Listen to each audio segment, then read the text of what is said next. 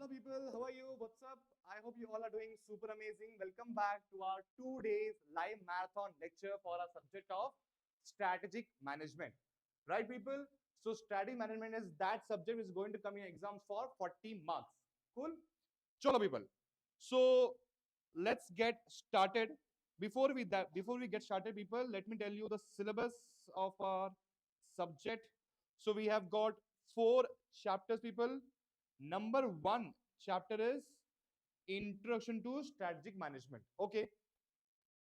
Next is people module 9 that talks about strategic analysis and strategic planning. After that, formulation and implementation strategy. And last is digital strategy. So people, in our 2 days live marathon, first today we are going to complete off with 8th module and 9th module thoroughly. Okay. Tomorrow we're going to solve the remaining 2 modules. And by the end of these 2 days live marathon lectures, people, you will be thorough with the subject of strategic management. Right, people? Chalo.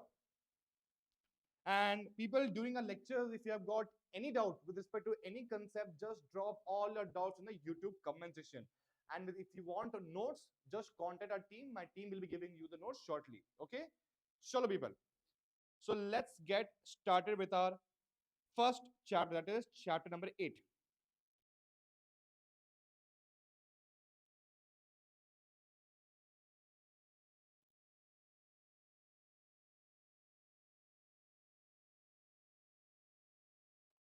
Okay.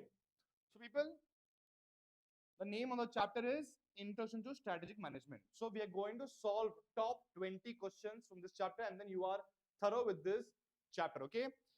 So the first question is, people, what are the consequences of characteristics of strategy or strategy decisions? So meaning is, whenever we implement a strategy, what are the characteristics of not strategy, but what are the characteristics of the consequences of the strategy? Okay. In which type of environment do we implement strategy? So number 1 is, people, high complexity. What is the meaning of high complexity? So whenever we implement a strategy, it is dependent on a lot of interrelated factors. Example is, when Facebook shifted towards Meta, it faced a lot of regulatory issues, even though the product was super amazing. Which means, for people, can we say strategy decisions involves many interdependent factors such as market conditions, technology, competition, resources, and regulation? Yes or no? So first point should be high complexity. Okay. Characteristics of consequence of strategy decision is, number 1 is high complexity. Okay. Number 2 is, people, high uncertainty. So whenever a company implements any strategy, example is, I have taken a lot of examples of Netflix when it invested into streaming. So can we 100% confidently say that, people, whenever a company implements a strategy, it is going to be 100% successful? No. So over here, high uncertainty means, for people, the outcome cannot be predicted. Yes or no? So number 1 is, they are made in a dynamic environment. What is the meaning of dynamic environment? It is operated in a very, very fast changing environment where outcomes cannot be predicted with full accuracy. So 2 points. Number 1 is complexity. Number 2 is uncertainty. Number 3 point is, people, need for integration across levels. For example is, if Samsung introduces a new mobile phone, it has to coordinate with a lot of departments like R&D department, manufacturing department, and market department. So without the presence of any department, the implementation of strategy by Samsung would be impossible. So it requires a lot of coordination between different departments. That means, what, people, strategy requires coordination between corporate, business, and functional levels. Okay, we are going to understand the meaning of the corporate, business, and functional levels in the later part of the chapter. Okay. So number 4 is, people, significant change management. So we all have heard this story where Disney's acquisition of 21st Century Fox. Okay. So if one company acquires another company, it requires a lot of cultural change in the organization. Yes or no? So strategization often requires an extensive changes in the structure, processes, or culture. So we all have heard again this story, people, when Apple was on the verge of bankruptcy, when Steve Jobs was called in the company, Steve Jobs, what he did was, he completely changed the structure of the organization. He gave powers from engineers, he gave powers from the finance officers to the engineers and designers. Okay, this is structure. Number two is Apple was once used to sell 350 plus products. Steve Jobs, when he came, he totally removed all those 350 products and just introduced three products to work on. That was iPhone, iPad, and MacBook. So he can we say whenever a company implements a strategy, it totally changes the structure, processes, and culture. Yes or no? So fourth point is significant change management. Next is people organizational transformation. What is the meaning of organizational transformation? A company totally changes the way it operates as a business. So when Netflix was earlier used to sell DVD movies on via speed post, when it invests into streaming, today Netflix is totally operating online. It does not sells now physical DVD. Yes or no? So can we say whenever a company implements a strategy, it totally changes the way a company performs? Yes or no? So 5 points. What are the consequences of characteristics of strategic decisions? Number one is people high complexity. Number two is a high uncertainty. Number three is need for integration across levels. Number four is significant change management. Number five is organizational transformation. Perfect. Now next is people we're going to understand three more topics, that is corporate level strategy. What is the meaning of this? Then what is the meaning of business level strategy? And what's the meaning of functional level strategy? Both these terms are interrelated. Okay, sure. So what is the meaning of corporate level strategy? Corporate level strategy answers the question of what is the purpose of the organization, where does the organization wants to go at a direction, and scope of an organization. For example, people, Asian Paints. The reason why Asian Paint is into existence because Asian Paint's goal is to make sure that every home that they design, it should look beautiful. So if whenever Asian Paints does some painting work in a house, if that if that house doesn't look good, Asian Paints will go beyond their main work to make sure that the house looks beautiful. So this is called as corporate level strategy. What is the meaning of this? First, it answers three questions. Number one is what is the purpose of the organization? What is the purpose of the company? Where does the organization wants to go? And where all can they maximum go? That is scope. Okay, people. So it defines how the organization creates value across different businesses. For example, Amazon is today into the business of online retail. Plus, it is also entering into business of web services. So this is a scope of Amazon. Okay. So number under corporate level strategy, there are three levels. Number one is stability, number two is growth, and number three is retrenchment. So people, the basic strategy a company should always implement is stability strategy. What is the meaning of stability? Company should be stable first. Then only it should think about growth. The company itself not stable, how can they think about growth? Yes or no? So organization maintains its existing business without major change, focusing on incremental improvements. First, the goal of every single organization is to survive first. First, it should be stable. Then we should think about the growth. Yes or no? So Starbucks continues to expand while maintaining the same premium coffee experience globally. Perfect. So number one is people under corporate strategy is stability. First, our organization should aim to become stable. After an organization is stable, then it should think about the growth. The company expands through diversification, mergers, acquisition, or vertical integration. So once Facebook grew to a certain level, once Facebook was extremely stable, then only it thought about acquiring Instagram, then only it thought about acquiring WhatsApp. Okay. So number two is growth level strategy. Third is people retrenchment strategy. What is the meaning of retrenchment? When an organization enters into a lot of businesses, there is a high possibility that not every single business might work. Some businesses might fail. So an organization during that time will shut down the businesses that is very, very inefficient. And that is called as people retrenchment strategy. Number one is it should be stable. Number two, it should talk about the growth. Once the company is growing at a very large scale, whatever inefficient businesses are there, it should shut down so that it should only focus on its core business activities. Very easy. Okay. So number one is corporate level strategy. Perfect. Am I going fast? Slow? Perfect. Yes. The second is people, what is a business level strategy? Okay. Once an organization is good at all these three factors, now it will talk about the business level strategy. Over here, it deals with how a company competes in a particular industry or market segment. So once a company has entered into an industry, now it has to ensure that it is a very, very competitive company. For example, Nokia was not able to compete with the iPhone and all the touchscreen mobile phones, so it had to shut down. So when an organization is growing, it should always try to be competent with other companies. Yes or no? And that is called as a competitive strategy. Example is Walmart. Do you know people how Walmart is still earning super huge profit? Because it orders in bulk. When Walmart orders raw materials in bulk, when Walmart orders raw materials from its wholesalers, it makes sure that it is getting heavy discount. So once Walmart gets heavy discount, it will offer those discount to the customers. And when obviously customers always prefer Walmart because it is discounted price. Yes or no? So number one is an organization should always try to outperform its competitors. Okay. Next is people cooperative strategy. What is the meaning of cooperative? So example is Spotify and Hulu. Do you remember?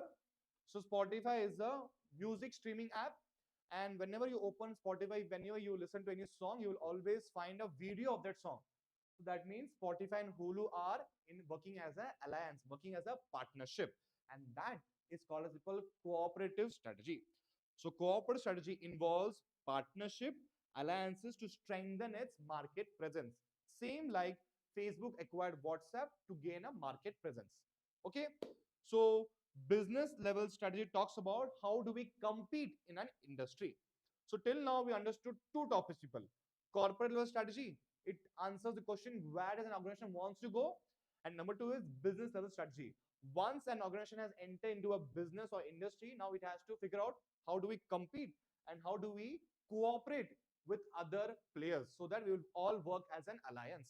Yes or no, people? Very easy. Now let's talk about functional level strategy. So people, this is what helps the other two strategies implement. What is the meaning of functional? Functional means people marketing, HR, finance, operation, R&D.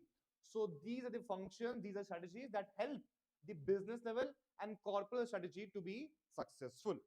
So people, without marketing, is it possible for a company to compete or for a company to grow? Not possible. So this is the base level strategy an organization always has to go through, and that is marketing, HR, and finance, operation, R&D. Okay, so let's understand this, people. There are 3 points. Number one is it supports corporate and business strategy. So plans, each function develop plans that align with broader organization goals. Yes or no, people? So whenever an organization is implementing a strategy, it has to make sure that its HR, finance is completely taken care of. Otherwise, the strategy would not be possible to be implemented. Okay. Number two is people focusing on operational efficiency. What is the meaning of this? They ensure that day-to-day work is very, very efficient and help the organization deliver its value proposition. What is the meaning of operation efficiency? It makes sure that an organization is consistently delivering high value to the customers. And that is called as people focusing on operation efficiency. If an organization is not efficient, people, what is the use of corporate and business as a strategy? Yes or no? And third is resource utilization. They ensure effective use of resources within each function. So three are very, very basic. Okay, very, very required. So number one is supporting corporate and business strategy. And number two is focusing on operation efficiency. And number three is resource utilization. Perfect. Okay. Now, people, let's talk about the role of vision, mission, values in a firm strategy. So what is the meaning of vision, people? Vision means where does an organization wants to go in the future? That is called as vision. Example is, people, let's say Asian Paints. Asian Paints vision is to make sure that every house is looking beautiful. Is the vision of Asian Paints. And the future state of where an organization wants to go. That is called as vision. Okay. Next is mission, people. Mission is more short term than vision. And third is values. Values means what, people? The base on which an organization is run. For example, Google's value is they should not steal the data. They should not steal the data. Yes or no? And Infosys value is every single employee should work with integrity. That is Infosys values. Okay, come on, chalo. Let's understand now all the 3 points. Number one is vision. So vision describes the future state of where an organization wants to go. Okay, it motivates employees, provides long-term direction, promotes innovation, and unites people under a shared purpose. So people, if a company like Asian Paints, okay, Asian Paints vision is to make sure that every home should look beautiful. So don't you think all the employees will not just paint the house, but they will also go beyond their capacity to make sure the work is looking beautiful, the home is looking beautiful, yes or no? That means it already guides a long-term direction of the company. It motivates the employees that we should make sure the house is looking beautiful. Third is it should promote innovation. And last is all the employees all work together to make sure the home is looking beautiful. Very easy. Next is, what is the role of mission? Mission defines who the company actually is, what it actually does, and why it exists in the first place. It guides daily decisions, helps set objectives, and give clarity to employees and stakeholders. For example, people, let's say you all are now going to give your CMA Inter exam. So your mission is we want to score an exemption in CMA Inter. Okay. Your vision is you want to become a cost accountant, but your mission is you want to clear CMA Inter. Yes or no, people? Chalo. Third is, what is the role of values? Values guide the ethical behavior and the decision making. For example, Google's value focuses on they should make sure that they are not employees are not evil with the data. You should make sure that all the employees are using the data that it has got of the customers in the most positive way possible. They are not supposed to leak the data. This is the value of Google. Yes or no, people? Now, what is the values of Apple? Apple's value is creativity, innovation, design, and improving the customer experience is the value of Apple. Very easy, people. Shalom. So together, mission, vision, and values form the philosophical foundation of a strategy. Okay. Next is, people, strategic implications of product-oriented and customer-oriented vision statements. So people, always remember vision statements are of two types: customer-oriented and product-oriented. Customer-oriented, I will give you an example. If you talk about product-oriented, to build world's most advanced electric cars. Now this is, people, product oriented. Now tell me, can this company even think about selling trucks? No, because car is already mentioned in the product vision. Okay, so product oriented vision defines the business based on the product it makes. Over here, if we're talking about electric cars, so it can only make electric cars. Okay, now, the disadvantage is, people, it limits the strategic flexibility because it focuses on the current product rather than evolving requirements. So 30 years, 40 years from now, if cars won't be working, if we all will be flying via some other machine, so would it match the company's vision? No, because the company vision always talks about electric cars. That is called as product-oriented vision statement. Only talks about the product. Okay. Now, people, next is customer-oriented. So let's read this. Customer oriented: to make transportation safer, cleaner, and accessible to everyone. Over here, are you finding the company talking about any product? No. Okay, so this is talking about customer oriented. So tomorrow, if the company wants to change its business, they can easily change the business, provided they are all confined to working towards this vision. Okay, so it defines a business based on the customer requirements and not just product. Offers wider opportunities unlike product oriented, and adapts better to market changes. Okay. So this is, people, this is the strategic implications of product oriented and customer oriented. Very easy, people. Sure.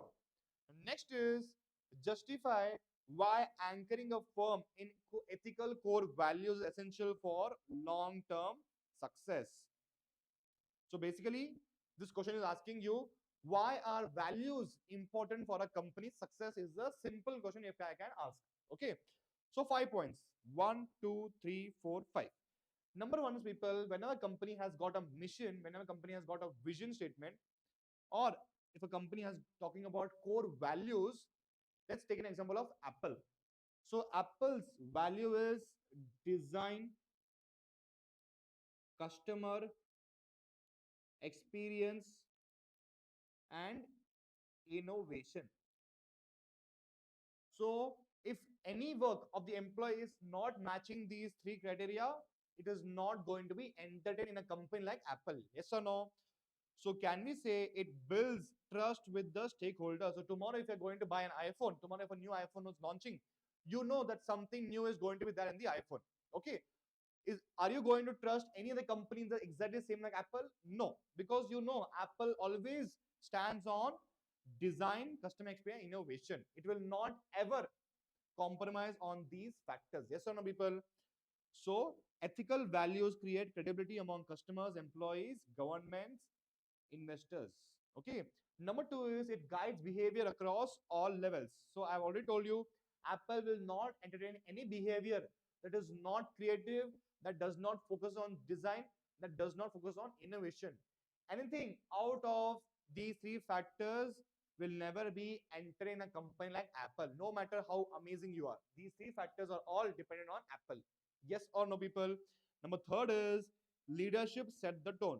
If Steve Jobs himself is not creative, would you think Apple would have reached this position? No.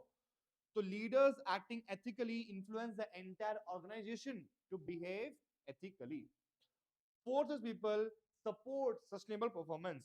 Now, because Steve Jobs has set the base of Apple, that is creativity, innovation, and design, Tim Cook, who is the successor of Steve Jobs, he also runs the company like Apple on these foundation only. So because of him, can we say Apple will have a very, very long future? Ethical companies avoid legal issues, reputational damage, and employee satisfaction,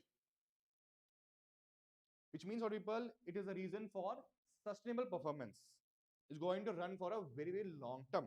Okay. And last, people, reward system and reinforce ethics.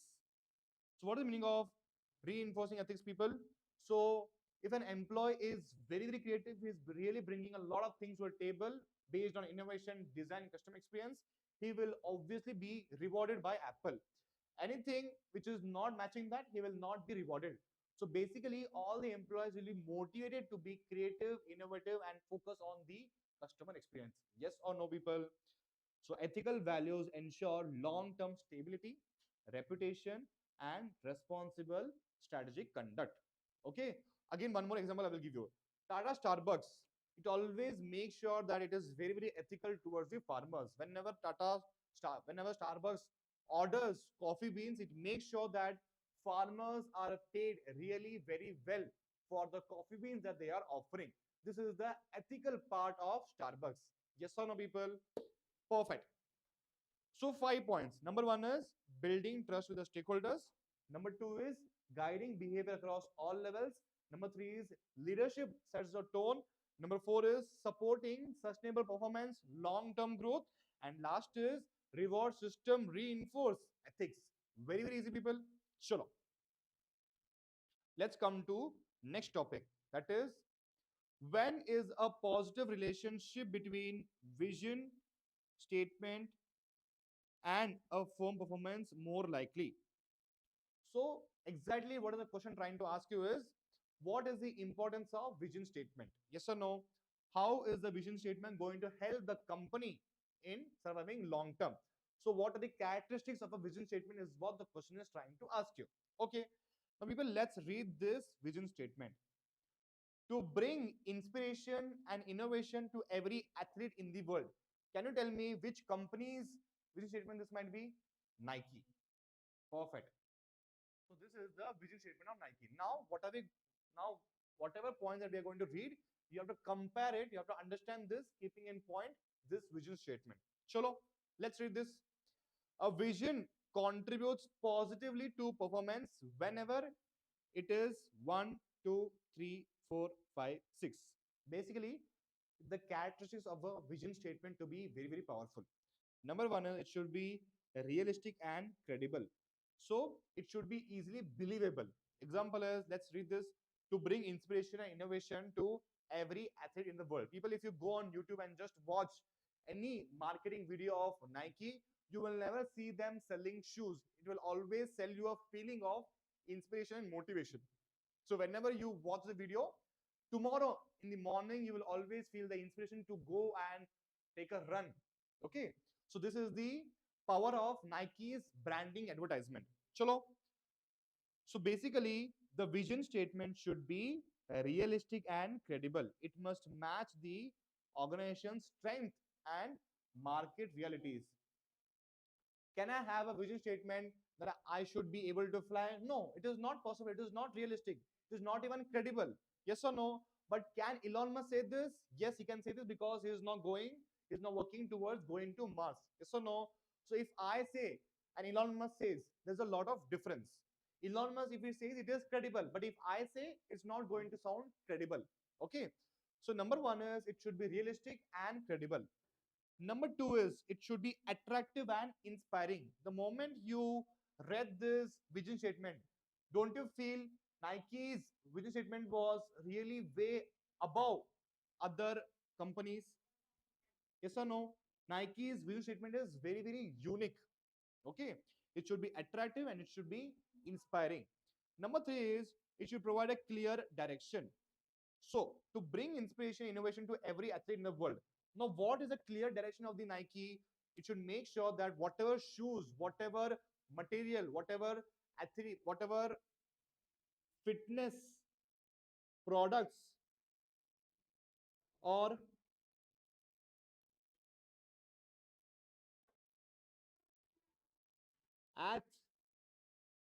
leisure products they are making, it should be very, very comfortable to use for the athletes. It should add value to the athletes. Yes or no? Sure. That is, it should provide a clear direction. So all the employees should easily understand the long-term goal of the Nike. Yes or no, people? Next, customer oriented. It should focus on solving the customer needs and improve market relevance. So who is the customer over here? Athlete is the customer. So Nike's goal is to make sure that athletes are feeling inspired whenever they wear Nike shoes. That is the power of vision statement of Nike. Okay. And last is created with stakeholders involvement. And next is alignment with organization systems. Okay. Participation increases motivation and ownership. When every single employee of Nike knows that what is the vision statement of Nike, where Nike really wants to go, all the employees will give feedback. All the employees will bring in new ideas to the table to make sure that Nike is reaching their vision. So don't you think it is very, very important for all the stakeholders to know what is the vision statement of Nike? Then only they will be able to contribute, yes or no. So it should be created with the involvement of all the stakeholders. And last is, it should be aligned with the organization systems. So Nike has got a very strong system of discipline, quality focus. They will not ever compromise on quality because of their system. Okay, so they will reward, they will evaluate. The structures must support the vision. If Nike has got employees who are completely very lazy, who don't care about the quality, don't you think they are going to support the vision? No. Okay, so 6 points. The characteristics of vision statement. Number one is, it should be realistic and credible. Number two, it should be attractive and inspiring. Number three, it should be clear in direction. Four, it should be customer oriented. And five is, it should be created with the stakeholders involvement. And last is alignment with the system of the organization. Very easy. When is a company said to have a competitive advantage? So when can we say that a company is going ahead of its competitors? Let's understand. 1, 2, 3 points. So let's talk about Apple. Okay. If Apple's performance is consistently higher than its competitors, you look at any mobile of Apple, it will obviously be more better than its competitors. Okay. Number two, it performs above than the average mobile phone companies in the industry. And number three is its activities creates a superior value for customers. The moment you start using iPhone, people, you will never switch to Android. That is the value that Apple offers you. That is the experience that Apple offers you. So a company is said to have a competitive advantage if it has got three things. Number one is its performance is consistently higher than its competitors. Number two is its performance are way above the industry average. And third is its activities create a superior value to the customers. That's it. When a company is doing all these three things, we can say that a company has got a competitive advantage. Very easy, people. Perfect. Now let's talk about next topic, that is describe the characteristics of strategy. In the first topic, we understood the what are the characteristics of consequences of strategy. Now this talks about strategy. Okay, let's see. So whenever a company implements a strategy, it always implements strategy thinking about the long-term goal of the company. Where does the company wants to go? Thinking that in mind, then only a company implements a strategy. Example is Netflix. Whenever a Netflix invested into streaming, it had goal in mind to increase the experience of the customer. Yes or no, people? So was investing into streaming was a short-term goal? No, it was a long-term strategy. Number two, focusing on competitive advantage. So whenever a company implements a strategy, you should always focus on whether this strategy will put us ahead of its competitors or not. Okay. And third is define the scope of activities. So once Google has got a very strong hold in the online search engine market, now it is venturing into AI and cloud computing. Mapping is already there. Okay. So strategy defines the scope of activities. Yes or no, people? So Netflix was earlier selling DVDs. Netflix was earlier selling DVDs. Okay.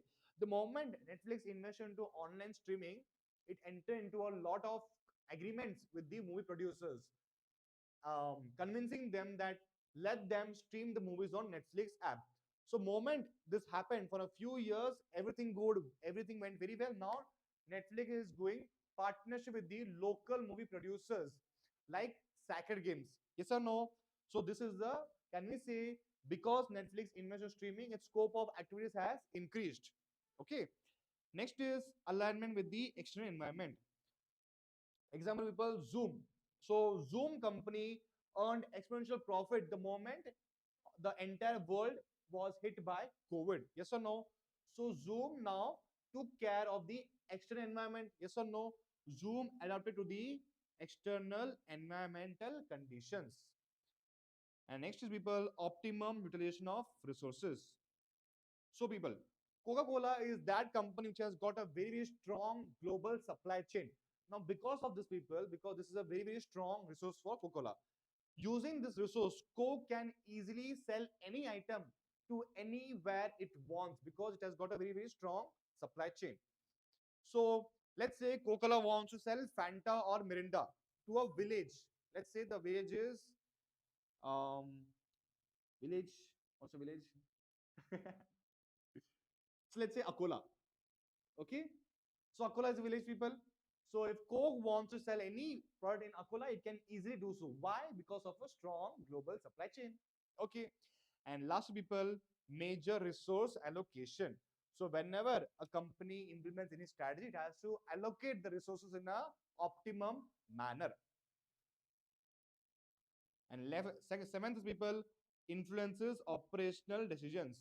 So McDonald's goal was to make fast food.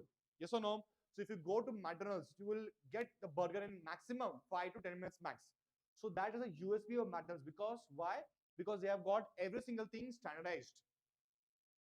So can we say a strategy influences the operational decisions, the way McDonald's makes burger? Yes or no? And last is influenced by power and value. There's a company called as Patagonia. You all have heard it, people.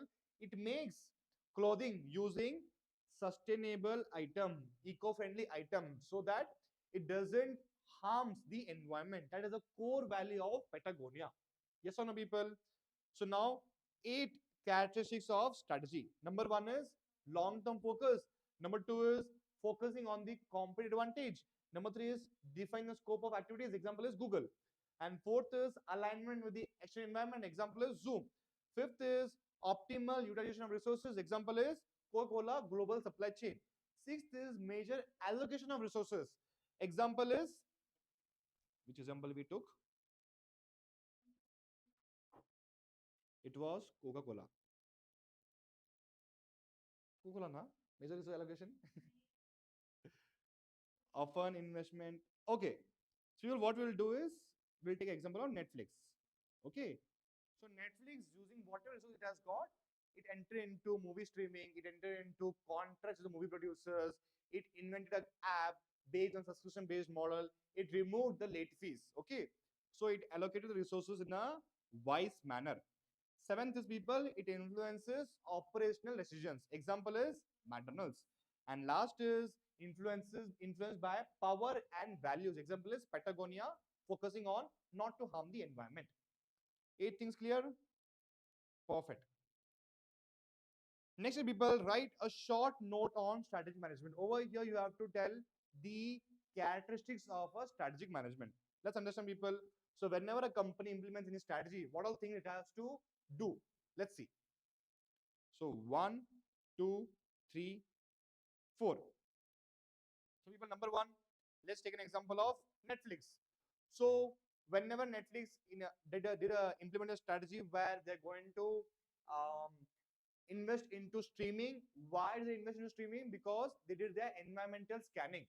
When they did environmental scanning, they got to know that 10 years down the line, everyone is going to use the internet. That is the environmental scanning. Number one.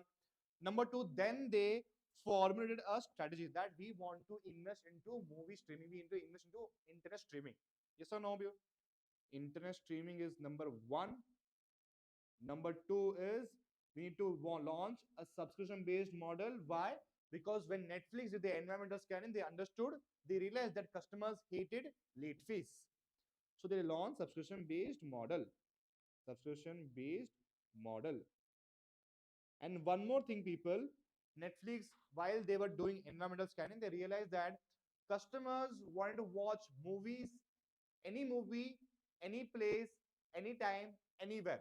So this was the problem customers were facing. And the solution was, people, Netflix, yes, they can watch any movie anywhere. Okay. So when you do environmental scanning, you will understand the problems customers are going through. And next is this is the solution. Now you will formulate the solution. Now what, people, now that you have formulated a strategy, now what you will do, you will implement the strategy now. Okay, you will implement the strategy, you will convert the strategy into action through programs, budgets, organization structures, and policies. Over here, execution part comes into plan. Okay, and once you execute the strategy, does it always mean that you will be successful? No, some might not be successful, some might be extremely successful. But you need to understand, right, people, which all things were not successful and why were they not successful, so that you will not repeat the same mistake again. And that is called as people evaluation and control. So it involves monitoring performance, reviewing outcomes, and taking corrective actions. So 4 points for strategic management. Number one is environmental scanning. Number two is strategy formulation. Number three is strategy implementation. Number four is evaluation and control. Perfect. Now, what are the benefits of having a good vision? Again, people, same thing is repeated. It motivates and inspires employees. It provides a clear direction. It is creates a shared identity. What is the meaning of this? All the employees are working towards only one goal. Okay, employees are not fighting about their personal goals. Everyone is fighting towards a company's goal. If you go in Apple, everyone is working towards how do we enhance the customer experience. Everyone is working only towards one goal, and that is called, people, shared identity. Fourth is encourages innovation and risk taking. And fifth is promotes long term thinking. Next is building integrity and trust. Enhances the focus of the customers. And last is ensures internal alignment. Over here, people, what are the new points that we learned in this topic? This and this. Let's read this, people. Customer oriented vision ensures the organization continuously adapts to customer needs. Okay, Like example is Netflix. Netflix wanted to make sure the customer experience is enhanced. They should be able to watch any movie, anywhere, anytime. Next is people ensuring internal alignment. So whenever a company implements a strategy, it should always ensure that whatever strategy they're implementing, it should all be based on their internal strengths. If they don't have the strength, are they going to be successful in implementing strategy? No. So they should have that required strength.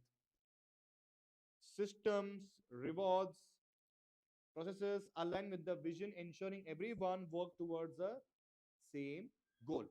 Okay, so 8 points of the benefits of having a good vision. Number one is motivates and inspires employees. Number two is provides a clear direction. Number three, creates a shared identity. Number four is it encourages innovation and risk taking.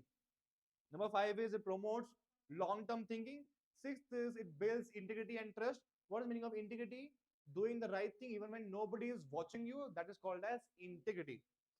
And next people enhancing the customer focus. And last is ensures internal alignment. Very, very easy, people. Okay. Now people are going to understand. Next 7 questions are there. Okay. Explain culture as a driver of strategy. How important is culture in an organization? How does culture plays a very, very important role in implementing any strategy? Let's understand this, people. One, two, three, four, five. Okay. Organization culture refers to shared values, beliefs, behaviors that characterizes how employees interact and work. So, people, every organization, if you are at home, your home must be having a culture. If you're in college, if you are in a class, every single organization has got its own culture. For example, if you are in my class, so you will always be entertained with any single doubt. Okay. So every single classroom, every single organization has got its own cultures. Okay. So number one is people, it defines shared values and beliefs. So Google promotes creativity, openness, and innovation. So if you are working in a Google, if you have got any idea, you will never have second doubts whether to share this idea or not, because that is how the culture of Google is maintained, which drives its strategy towards continuous improvement. So culture influences how employees think, behave, and respond to challenges. Okay, this is number one. Number two is it shapes behavior and decision making. I will give you an example, people. Let's say Pixar animation. So Pixar animation, why does Pixar animation makes good movies? Because they care about their employees a lot. So they cannot even afford to make bad movies. They cannot afford to make bad movies because they know if they make bad movies, it is going to hurt our employees. So Pixar animation goal is not to make profits from the movies. Its goal is to make sure all the employees are happy and fulfilled in their life. So if that is their goal, Pixar animation cannot afford to make bad movies. Okay. So this is the culture of Pixar animation, that everyone should work together so that everyone lives a fulfilled and great life. So now people, this is the culture of Pixar. Now let's read all these points.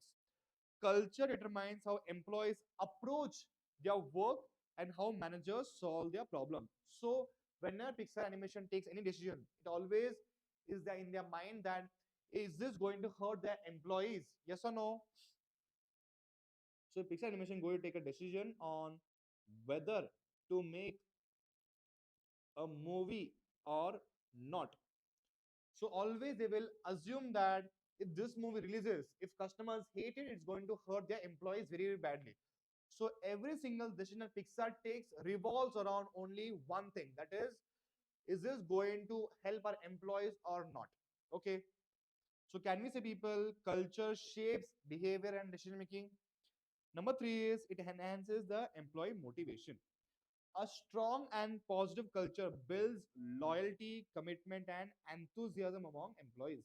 So if you are into Pixar animation, you will know that the entire organization is working only for you. So don't you think you will be motivated? You will be loyal to Pixar animations? Yes. Next is it helps in managing the change. So people, let's take an example of Google. So before artificial intelligence, Google was using normal programming.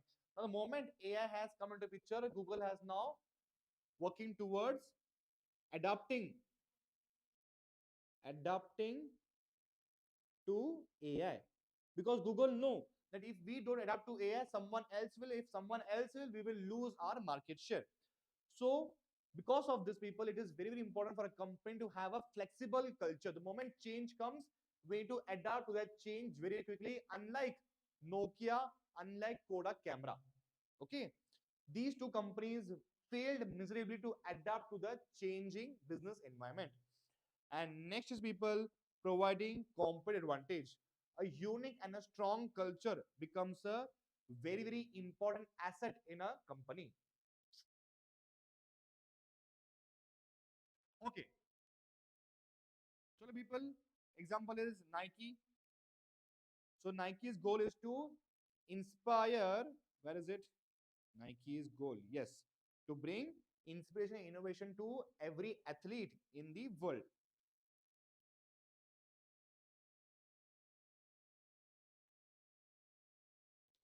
So, with this vision statement, it has a competitive advantage towards over other competitors. Yes or no, people? Do you know any other company that is working, that is so obsessed about athletes in the world? No. Except for Nike, nobody is so much obsessed about the athlete. So, you tell me, people, whenever you are an athlete, you will always try to prefer Nike, yes or no? Yes. Now, people, five points with respect to how a culture acts as a driver of strategy. Number one is, it defines shared values and beliefs. Number two is, it shapes the behavior and decision making. Number three is, it enhances the motivation of employees. Number four is, it helps in managing the change quickly. And last is, it provides competitive advantage. Very, very easy, people. Perfect. Now, next question is very, very simple. What do you understand by objectives in the strategic management? So, people, vision is long term, mission is shorter than vision. And if you want to convert mission in with more short term goals, it is called as objectives. Okay. For example, if your vision is to become a cost accountant, your mission is to clear CMA Inter exams. Okay. But your objective will be, today you have to complete X, Y, Z subject thoroughly. Today your goal is to complete strategic management marathon. This is going to be your objective. Yes or no? Perfect. So can we say an objective converts mission into actionable outcomes? Your mission is to become a cost accountant. And how are you going to convert that, break it into actionable outcomes? By watching today, your objective is to complete the SM marathon. Yes or no? Number two, it provides direction to the employees. Number three is, it helps them measure performance. If you are not watching the marathon lecture, somehow, somewhere you will, in your subconscious mind, you will think that you have not achieved your goal. And last is, every single objective will assist you in strategy implementation. Yes or no, people? So 4 points. Tell me. Number one is converting mission to actionable outcomes. Number two is providing directions to employees. Number three is helping measure the performance. And four is assisting in strategy for implementation. Very easy, people. Perfect. Chalo. Now, the remaining topics are, people, very, very easy. Okay. You are going to easily able to understand and learn. So, question number 15. What are the desirable characteristics of effective objectives? How many points are there? One, two, three, four, five, six. Basically, how should your objective sound is what is this question all about. Number one is, your objective should be very, very specific. It should not be completing strategic management subject. It should be completing strategic management marathon. Okay. It should be clearly defined and not unambiguous. What is the meaning of unambiguous? Unclear. Okay. Number two is, whatever objective you are setting, it should be understandable. It should not be vague. Third is, it should be measurable so that you know whether to work more or work less. Number four is, it should be attainable. It should not be impossible to perform. And fifth is, people, it should be relevant. And last is, it should be time bound. If it is not time bound, you're not going to have a fixed time towards completion of the objective. Very easy. So 6 points. Number one, it should be specific. Number two, it should be understandable. Number three, it should be measurable. Number four, it should be attainable. Number five, it should be relevant. And next is, it should be time bound. Perfect. Okay. Next question. What are the objectives of strategic management? So whenever a company implements a strategy, why is it implementing a strategy? Let's understand. So how many points are there? 1, 2, 3, 4, 5, 6, 7, 8, 9, 10 points. So 10 reasons why a company implements a strategy. Let's understand. So number one reason is people identifying and exploiting opportunities. So Netflix, why did Netflix implement a strategy? Because they know the opportunity is internet is going to come, the internet is going to reach everyone's houses. So we need to exploit this opportunity. That is recognizing market opportunity and using your resources in benefit for them. Number one is identifying and exploiting opportunities. Number two is people, you have to create new opportunities by stretching resources. So the moment Netflix realized that people are going to have access to internet, now they decided to take advantage. How? By investing into streaming and creating a totally new market. It is online streaming market. And number three is people understanding the relationship between actions and performance. So basically, you have to learn how your decisions are going to affect the results. So whenever Netflix invested into the online streaming, its goal was to enhance the customer experience. That was the performance required, and action was investing into online streaming. Okay. Next is, why did Netflix did so many things to gain a competitive advantage over its competitors like blockbusters? Okay. Fifth point is people sustain competitive position. What is mean sustain competitive position? You are always ahead above your competitors for a long period of time. You are sustaining that position, and that is called as sustaining a competitive position. Okay. Next is responding to stakeholders' expectation. What was the expectation of customers of Netflix? They wanted to watch movies anywhere, anytime, and any movie. They hated late fees and they wanted subscription based model. Yes or no, people? So can we say Netflix reacted responding to the stakeholders expectation? Yes. And next is identifying critical success factors. What is the meaning of success factors, people? What are the elements that will tell you are you going towards the right direction or not? For Netflix, it would be how many people have subscribed to the Netflix. Yes or no? That is the critical success factors for Netflix. Next is it prevents the failure of the organization. If Nokia would have adapted quickly towards Apple and other smartphones, it would have survived in the market. But because Nokia did not implement a strategy, it did not adapt to change, it failed miserably. So can we say Apple introduced touchscreen to avoid failure? Yes or no? And last is overcome resistance to change. Strategy management helps organization to evolve with the changing environments. Okay, example is again people, we can say example is again Netflix. 10th is encouraging creativity and strategic thinking. So people, when Apple was on the verge of bankruptcy, Apple had only 90 days worth of money to run the company. And then they called Steve Jobs. So, how did Steve Jobs think creatively? He, number one, what he did was he took away the power from finance officers, marketing officers to engineers and designers. Number one is that. Number two is he cut down all the 3D products and only focused on three products. So, can we say he thought creatively and innovatively? So promotes innovative thinking and new ideas across all the levels. So 10 points. Why do we implement strategies? 10 points. Number one is identify and exploit opportunities. Number two is arre, re, re, re.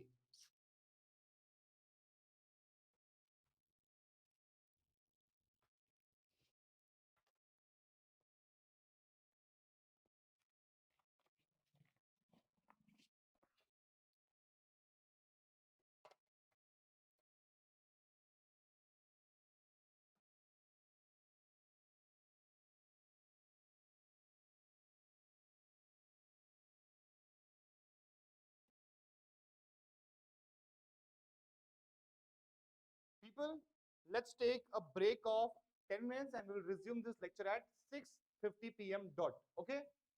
Chalo. If you have got any doubts, please drop all your doubts in the YouTube chat box. Okay? Chalo, people. I will see you in 10 minutes, 6:52.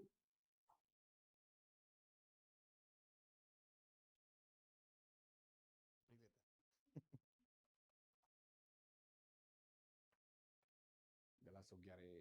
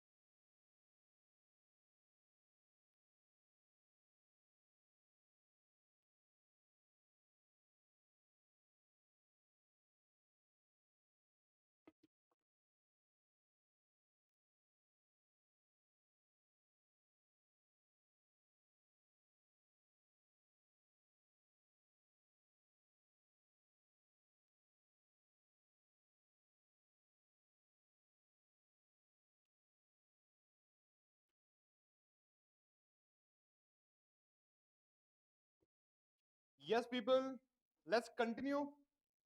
Dishti, let's continue. Okay.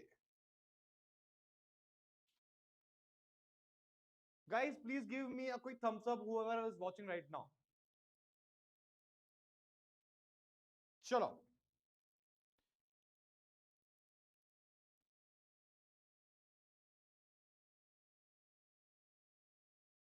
So, people, our next question is writing a short note on balance scorecard. People, let's understand what is the meaning of balance scorecard first. Okay. People, balance scorecard is a tool that translate your company's vision and strategy into measurable objectives. For example, if you want to focus on innovation, if you want to focus on design, balance scorecard breaks your vision and mission into measurable objectives. Let's understand this using example. Sure. So it is a strategy management tool that translate an organization's vision and strategy into measurable objectives across four key areas. What are the four key areas? Number one is financial perspective that answers the question as to how do we increase profit. Number one. Number two is customer perspective. How do we enhance the customer experience? Is the answer. This question answers this. Third is people internal business process perspective. This answers the question how do we become efficient? And fourth is learning and growth perspective. How do we keep on learning and growing continuously is what this question answers. Yes or no, people? So if a company wants company if it has got any vision, any mission, it should be able to answer all the four questions, and those four questions are called as a balanced scorecard. Let's understand this using example. So it financial perspective measures profitability, revenue growth, and cost efficiency.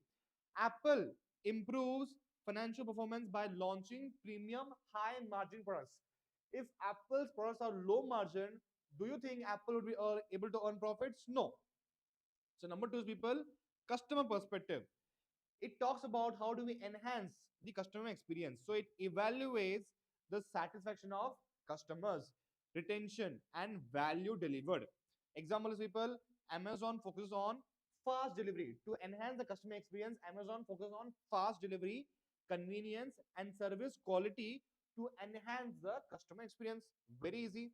And next people internal business processes. I give an example of McDonald's. McDonald's is into the business of fast food restaurants. Yes or no? So McDonald's should always focus on how do we make burgers quicker. So assess the quality, innovation, operation efficiency, and process improvement. How do we keep on improving? Okay. And last people, learning and growth perspective. How do we keep on learning and growing continuously? So it measures employee training. Are employees given proper training or not? Are we technological ready? Tomorrow, if AI takes over, are we ready to adapt to the change? Third is capability development. Are we developing our employees and making them very, very capable of future changes? Is what this question answers. Okay. Example is Google encourages innovation through employee development and its 20% project rule. What is the meaning of this, people? So Google asks their employees to spend 20% of their work time towards their personal projects, because of which two of the most successful Google projects have come into picture. Number one is Google News, and number two is people Google Maps. Okay. So balance scorecard answers questions with respect to four perspectives. Number one is financial perspective. Number two is customer perspective. Number three is internal business process perspective, and fourth is learning and growth perspective. Very easy. Chalo. Next question, people. There are 20 questions total, 18, 19, 23 questions, and then we are done with the first chapter. So what are the steps in the balance scorecard approach? Let's understand this. So people, first of all, you should understand whenever you are making a balance scorecard. Okay, we know balance scorecard converts your vision and strategy into measurable objectives. Yes or no? So before you make a balance scorecard, first you need to understand the vision and the mission statement. establish the vision and mission. Then only you are going to design the balance scorecard. Yes or no? Over there, you will talk about financial, customer, internal business processes, and learning and growth. After that, you will create strategy maps. You will implement strategies. And last, people, establishing quantitative measures and key performance indicators. Basically, which are the indicators we should look on to know whether the direction in which we are going is right or wrong. Okay. So, four steps in the balanced scorecard approach. Number one is you're going to fix the vision and mission. Number two, and then you will design the balanced scorecard. Once you design the balanced scorecard, then you will implement the strategy, and after that, you will focusing on KPI, that is key performance indicators. Very easy. Okay. Now, next question, people. Explain the role of strategy in competitive advantage. Okay. So, six steps. Number one is, people, you will find out what the challenges an organization is facing. Netflix identified that cable TV was expensive and inconvenient, which helped it create a superior alternative invest in internet streaming. Okay. Number two is, people, guiding policy. Now that you have identified the problem, now what do you intend to do? That is called as guiding policy. After that, you will ensure that you are taking actions. Coherent action means executable actions like entering into algorithm, creating an creating algorithm algorithm. Next is investing into streaming, and then people launching a subscription based model and so on. After that, you'll find out, you'll understand whether whatever strategy you're implementing, are you outperforming your competitors in the industry or not. Okay. And fifth is creating value trade-off. What is the meaning of value trade-off, people? You should be able to decide what to focus on and what not to focus on. That is called as value trade-offs. If you focus on all the areas, you will lose your focus, and that is called as, people, trade-offs. If you want this, you have to sacrifice this. This is called as trade-offs. And next, people, sustaining competitive edge. And this is how you're going to be competitive in your industry. By aligning resources, capabilities, culture, strategy ensures long-term success. So, explain the role of strategy in achieving competitive advantage. So, 6 points. Number one is diagnosing competitive challenges. Number two is, now you will decide what do you intend to do, that is guiding policy. Number three is, now you will implement it by taking actions. Fourth is, it's going to help you outperform the competitors. And fifth is, it creates value trade-off. You want to focus on this, you have to lose focus on other items. And sixth is how you gain a competitive edge in the long run. Very easy, people. Sure. Let's come to next question. Question number 20. Explain competitive advantage, sustainable competitive advantage, competitive disadvantage, and competitive parity. Very easy, people. What is the meaning of competitive advantage? This answers the question, are you ahead of the competitors or not, or how do you get ahead of the competitors? That is called as competitive advantage. Number two is sustainable competitive advantage. Are you having a competitive advantage for a very, very long period of time? Example is Coca-Cola. It is always ahead of its competitors for 100 years. And third is competitive disadvantage. How behind are you with respect to your competitors? Example is BlackBerry suffered a big disadvantage the moment Apple launched touchscreen smartphone. And last is competitive parity. Firms that have similar level of performance with no clear winner. That is, example is Pepsi and Coca-Cola. So, people, over here we are done with the first chapter, is introduction to strategy management. Okay. Now let's come to the next chapter. Chalo, people. Now, next subchapter is 9.1 is analysis of business environment. So, what are the characteristics of business environment, people? You tell me. We all already know this. A business environment is very, very complex. It is dependent on a lot of factors. It is dynamic. It keeps on changing continuously. Number three is, it is multifaceted, which means what? A single change can be seen differently by different businesses. The moment government has increased the fuel price, The company which is running on fuel will suffer huge damage, but EV industry will earn huge profits. So multifaceted means for people, one change is seen differently by other people. Next is people has a far reaching impact.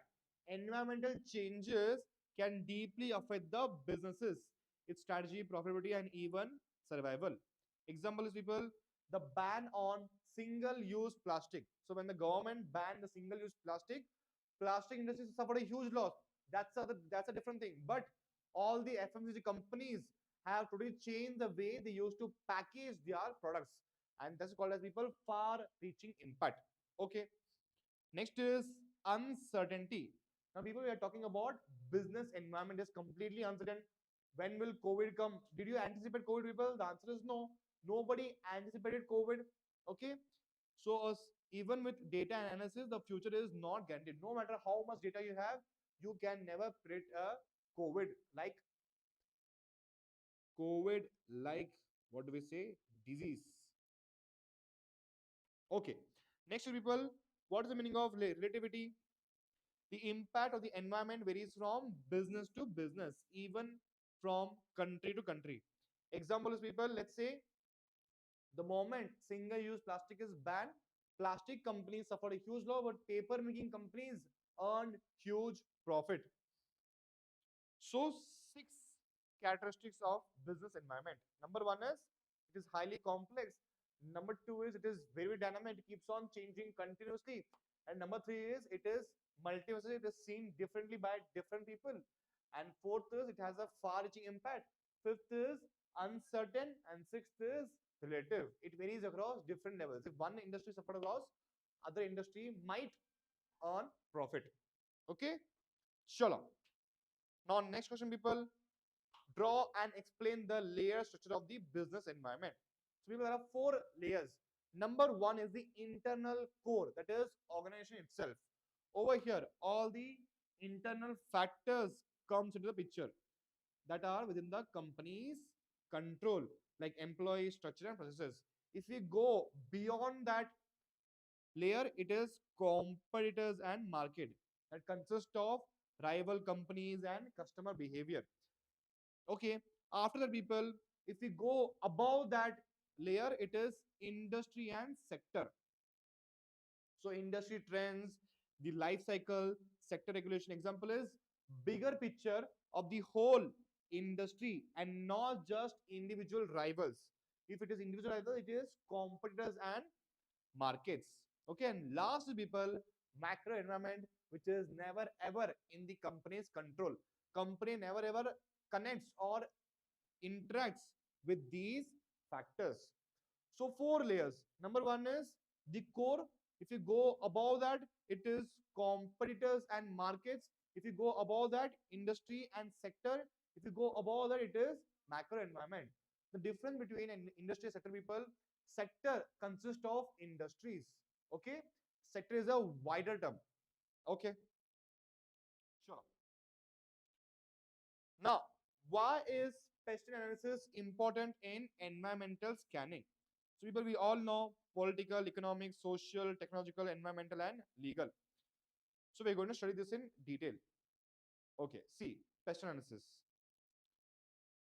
To give a detailed explanation of the pestle framework, let's understand, people, very important, people. Star mark this definitely in your exam. Question will be coming in your exam. Okay, pest analysis and Porter's five forces framework. Very important. Okay. और अच्छे से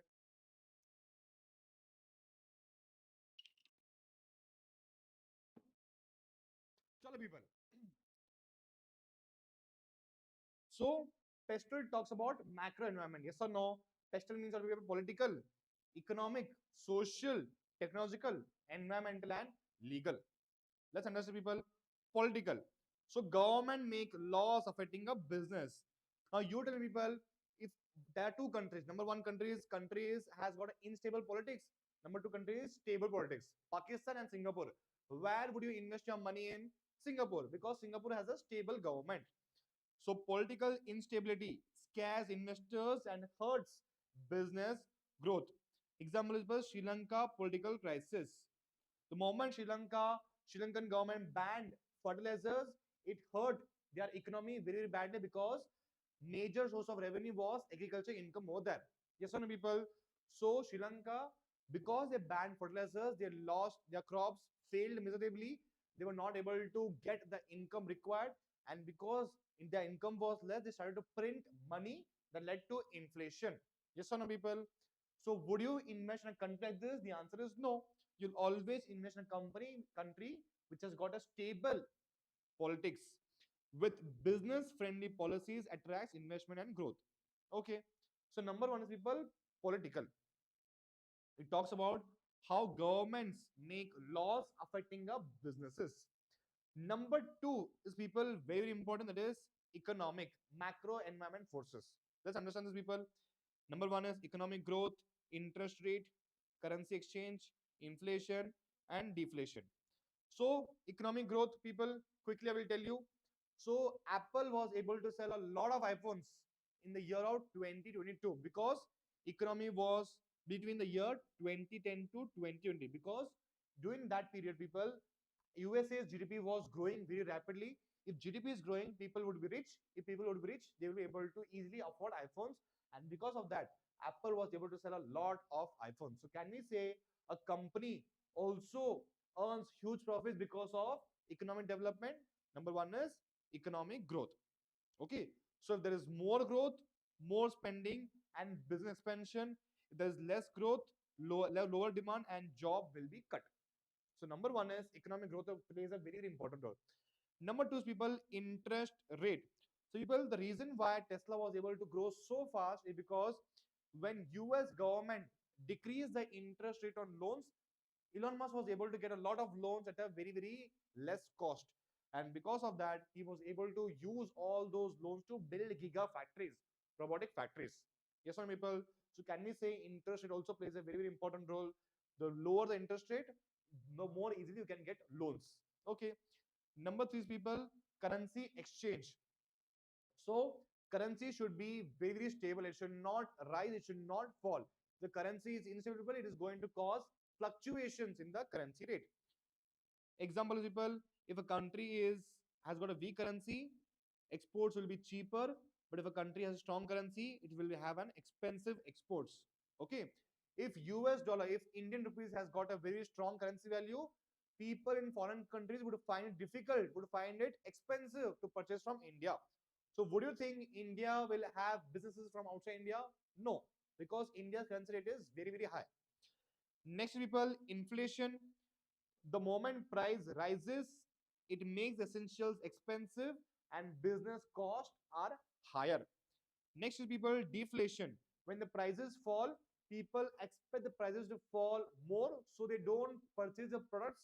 And the moment they stop purchasing, it's going to be a slowdown in the economy. Very easy. So five economic macro environment forces. Number one is economic growth. Number two is interest rate. Number three is currency exchange. Number five is deflation.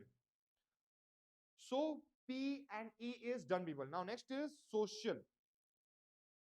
So changes in population, culture, and society affect a business strategies. Example is people, let's say in China, blue is a very unlucky color. So if you are any business, if you are running any business, would you sell any products which has got a label in blue color in China? No, because China's culture plays an important role that comes under social. Okay. Another example I'll give people, aging population means labor shortages but opens opportunities for automation. So in Japan, you will always find people who are more aged. You'll never find there a lot of youth like India. So would you be able to sell their shoes? No. But over there, pharma and robotics those industries will earn huge profits. Okay. So over here, age, population, then demographics, women, so this plays a very, very important that comes under social. Okay. Now next people, ethnic and cultural diversity. No matter how amazing the beef of McDonald's taste is, would McDonald's be successful in selling beef in India? The answer is no. Next is people LGBTQ plus inclusion. So Nike promotes LGBTQ, which makes which makes their customers loyal. So which customers are very much loyal? LGBTQ plus communities are very loyal customers of Nike because Nike promotes them. Okay. Next is people income gaps creates distinct markets, luxury markets versus budget markets. So we are done with political, economic, third is social. Next is guys technology. Okay, new technology creates chances and challenges. So the moment Apple launched a new technology, all the companies adapted, but the ones which did not adapt, like Nokia, they failed miserably. So can we say people technology also plays a very important role in business environment? So companies adapting technologies will succeed, and those resisting will be falling behind. Yes or no, people? So Amazon is using now AI robots. Flipkart changed shopping. Tesla uses new lightweight materials, all because of technology. So over here, AI, automation, internet, and new materials change how business operate. And next is people environment. So what is the meaning of environment, people? Example is Patagonia. Okay, Patagonia uses eco-friendly products, eco-friendly materials in making clothes. Yes or no, people? So environmental laws and consumer awareness force companies to focus on sustainability. If I give you two companies items, both are exactly the same, but if I tell you one company is using eco-friendly, other company is not using eco-friendly, you will always prefer eco-friendly. Non-eco will not be preferred. So over here, the company that is adapting to the environment, the company that is very much um, adapting towards the changes or requirements of environment will always survive. If you are a company who is polluting the environment, your company will never be preferred by your customers. Okay. Sure. Last is people legal. It talks about laws. Laws on safety, consumer rights, privacy, mergers must be followed to avoid penalties. So people, Tata Steel follows strict safety rules. Apple improved warranties after lawsuits. Google faced GDPR, that is data privacy fines. Facebook's WhatsApp deal regulation. So you have to comply with the laws, otherwise you will be penalized. If you will be penalized, your reputation will be damaged and you will not be preferred by your customers. So you should make sure that you are complying with the laws. So pestle means political, economic, social, technological, environmental, and legal. Now, next question is very easy. What are the activities involved in the value chain of an organization? Okay. So, people, what is the meaning of primary activities? All the activities that is involved in the production of a product is called as primary activities. And what is the meaning of supporting activities? All the activities that support the primary activities are called as supporting activities. Okay, let's understand this in detail. Number one, people, inbound logistics. Okay, sure. Inbound logistics. So inbound logistics answers the question as to from which person, from where do you source, where do you get raw material, that talks about inbound logistics. So transportation of raw materials to your factory is called as inbound logistics. Number two is once raw materials has entered into your factory, now how do you convert them into finished goods? It talks about operations. Once it is converted into finished goods, now how do you transport this to customers? Talks about outbound logistics. And then people, to make sure customers are aware of your products, is where marketing and sales comes in a picture. After that, if customers have got any problem with your products, over here it comes after sales service. Okay, let's understand this using example. Inbound logistics. Raw Maruti Suzuki sourcing steel and parts efficiently for car manufacturing. So you should make sure that you are having efficient raw materials at a very low cost.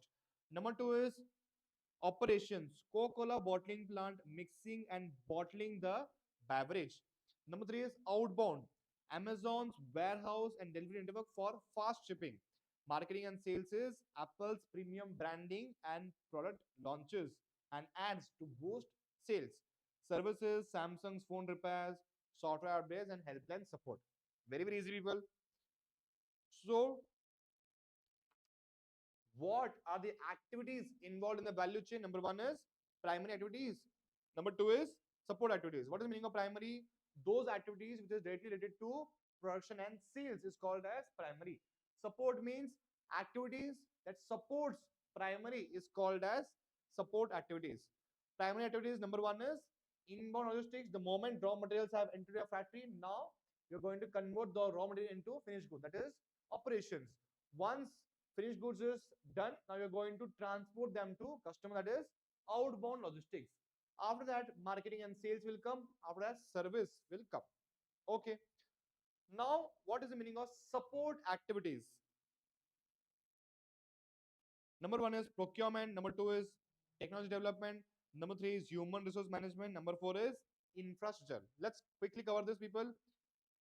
Over here, purchasing raw materials, equipment, and services to maintain quality and control as to from which supplier should we purchase our raw materials is what procurement talks about. Okay.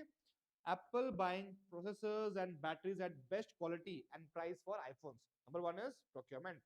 Number 2 is, people, technology development. How are you using R&D and automation software to improve your products and processes is what technology development talks about. Number 3 is human resources. How good are your employees? How good are your workers in manufacturing the products? Over here, hiring, training, and motivating your employees will come into the picture. And last is infrastructure. How are you able to do those primary and support activities? How are you going to having systems in place like planning, finance, quality control, and IT that supports the entire business operation is what infrastructure talks about. Very easy, people. And last is you have to add value at different stages. Number 1 is upstream, that is before production, and after production is downstream. So before upstream is focusing on product design, R&D, and sourcing raw materials, and downstream means after production you'll focus on marketing, sales, distribution, after sales service. Okay, chalo. So we know number 1 is primary activity, number 2 is support activities. After that, it's going to be how do you add value at different stages. Okay. Now, people, let's talk about Porter's 5 forces framework. Again, a very, very important concept. People, 3 of the most important topics is number 1 is value chain, number 2 is Porter's 5 forces framework, and number 3 is pest analysis. Very, very important question. Okay. Chalo. What is Porter's 5 forces framework? It is a strategic tool to analyze competition within an industry and understand how competitive pressure affects the profitability. So Porter's 5 forces framework talks about how do you analyze your competitors in an industry is what Porter's 5 forces framework talks about. Pestel talks about how to analyze the macro environment factors. Okay, sure. Now, key things to remember. Where is Porter's 5 forces framework applicable? It is applies to SBUs, strategic business unit level. Example, if there is a company called as Apple, its SBUs are iPhone, iPad, iMac. So Porter's 5 forces framework only applies to those SBUs and not entire company. Okay. Continuous analysis is required industries because industries change continuously and forces are all interconnected. One change will affect the other. Companies can influence or disrupt. Now let's understand what is Porter's 5 forces framework. So number 1 is, people, force number 1 is before you even enter the industry, there is a risk of potential competitors. So this talks about those people who have not even entered the industry. Okay. So force 1 is risk of entry by potential competitors. Force number 2 is, people, rivalry among established companies. Once you have entered the industry, now you have to compete with your rivals. Okay. Number 3 is, people, How powerful are the buyers in your industry? The more powerful the buyer is, you are less powerful. Next is, what is the bargaining power of suppliers? And last is threat of substitutes products. Let's quickly go through all the points. Sure. So people, now you tell me, if the entry level is, if entry risk is high, is it easy or difficult for a company to enter? It is difficult. The more risky the entry is, the more difficult a company will face to enter an industry. So when entry risk is high, easy for bad for existing companies. The entry risk is high, it is bad for existing companies. When the entry risk is low, it is good for the existing companies. If the entry risk is high, people, it is easy for new companies to enter, threatens the market share and profits. Okay, now let's understand this point in detail. So what are the key barriers? One, two, three, four, and five. Okay, number one is, people, entry barrier number one is economies of scale. So we are talking about risk of entry by potential competitors. Companies not currently in the industry but could enter if they want to. So have they entered the industry? No. But what all challenges they might face and why? This is what we're going to understand in force number one. Okay. Number one is, people, economies of scale. So there are two companies. Number one is Tesla. Number two is startup. So which company would you think would be able to give offer discount? Tesla, because Tesla has got a huge amount of money. They can easily order bulk items at discount. So what it means, large scale production reduces cost per unit. Example is Tesla versus new EV startup. That is called as economies of scale. Buy materials in bulk at lower prices, spread your fixed cost over more products, reduce your marketing cost per unit. So if you're buying in bulk, you will get discount. If you're getting discount, you will pass on these discount to your customers, and customers will always prefer those companies which are providing discount. So number one is economies of scale. Basically, the one who has got a lot of money, that person will be more powerful. Number one. Number two, brand loyalty. So tomorrow, if you want to start a mobile phone company, would it be so easy to convince people to switch from iPhone to your mobile brand? No, because they are very, very loyal to the iPhone brand. So if you want to enter into mobile phone industry, you have to find out how loyal your customers are towards your phone or Apple. So customers trust and prefer established brands built through advertising, quality, and service, hard for new companies to break. So number two is brand loyalty. Number one is economies of scale. Number two is brand loyalty. Okay. Number three is, people, absolute cost advantages. So established companies produce at lower cost. Example is, if I give you two companies, both companies are into the business of oil extraction. Oil extraction. So number one and number two. Over here, oil is just below the land. Oil is just below the land. But over here, oil is way below the land. Which company do you think would be able to extract oil at a lower cost? Option number A or option number B? It is option number B, because it is just below the land. And that is the benefit enjoyed by a company called as Saudi Aramco versus new oil companies. Saudi Aramco is able to produce oil at a very, very low cost because they are spending low, because they are spending very less in extraction of oil, because oil is just beneath the ground. Okay. That is number three is absolute cost advantages. So tomorrow, if you want to start an oil company, you have to find out how easily are you able to extract the oil. Number four is customer switching cost. So if you want to start a mobile phone SIM company, so you have to find out, no matter how amazing your SIM card is, would it be so easy for your customers to switch from their Geo SIM to yours? It is going to be very, very difficult. Yes or no, people? So they have to spend extra time, effort, or money to switch from their Geo SIM card to yours. So businesses. So example is Geo versus new SIM card brand. Okay. So people, tell me now quickly, risk of entry by potential competitors. Are they in your industry? No. It is for the new people who are going to enter into your market. So they will think about five things. Number one is economies of scale. Number two is how loyal your customers are. Number three is absolute cost advantages.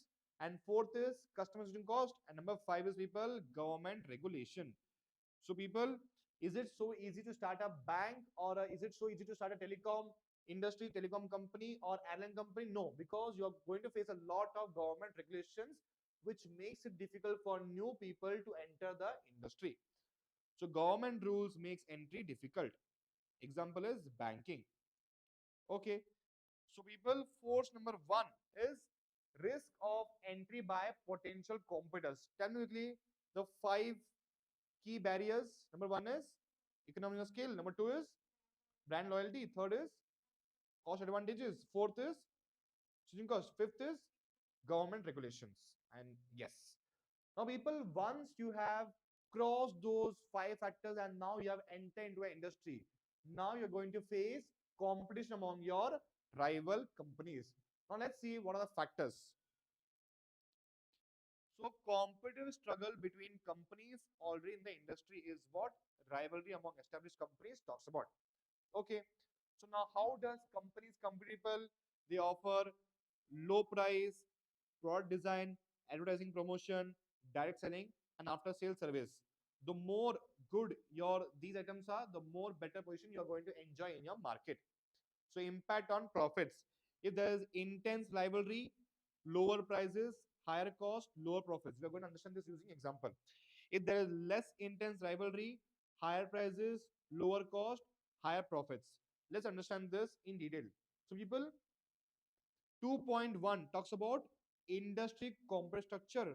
2.2 talks about industry demand impact. 2.3 talks about cost condition. 2.4 talks about exit barriers. And that's it. Okay. So 4 points. Number one is, what is the structure of the industry? Are they are the industry broken down into small companies in a large number of companies, or it is very few companies but very strong? Let's understand this. So fragment industry, that is many small companies. So characteristics are very many small medium companies, no single company controls. Example is street food industry. You know people, the moment one pani puri shop is offering you SPDP at 120 rupees higher cost, are you going to prefer him? No, you're going to now go towards other pani puri wala. Why? Because there are a lot of pani puri wala available. Now is it the same for airline industry? Is it the same for mobile phone companies? No, because they are very less but powerful companies, and that is people called as fragment industry, many small companies. Okay. So if you increase the prices, customers will go elsewhere and new vendors enter easily and there's oversupply, price wars. Okay. This is the case in fragment industry where there are a lot of people in the market. If one person is increasing the price, customers will have a lot of options to go elsewhere. Yes or no, people? The more the number of suppliers are in the market, the more it is disadvantageous for them. That will lead to price wars. Okay. Next is people, what is the meaning of boom and bust cycle? Very interesting concept. Okay. So if it is so easy to start a pani puri stall, all the business will enter. The moment all the industry will enter the industry, it will lead to price wars. Let's see. Let's say AI industry is booming. Earlier there was only one player. So now everyone will come over here thinking that they are going to earn huge profit. D, E, F, G, H, I, J. Okay. Now do you think everyone will earn the same amount of profit like before? No.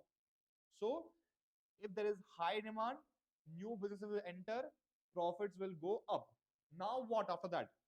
Too many businesses will enter, it will lead to oversupply, prices will drop, and some will not be able to give their products at low prices, some will shut down. That is called as boom and burst cycle. Okay. So number one is fragment industry, many small companies. Then people consolidate industry, few but large companies. Example is people aviation, telecom, and searching, that is Google, where very few but dominant companies are there in the market. Large companies control the prices and market.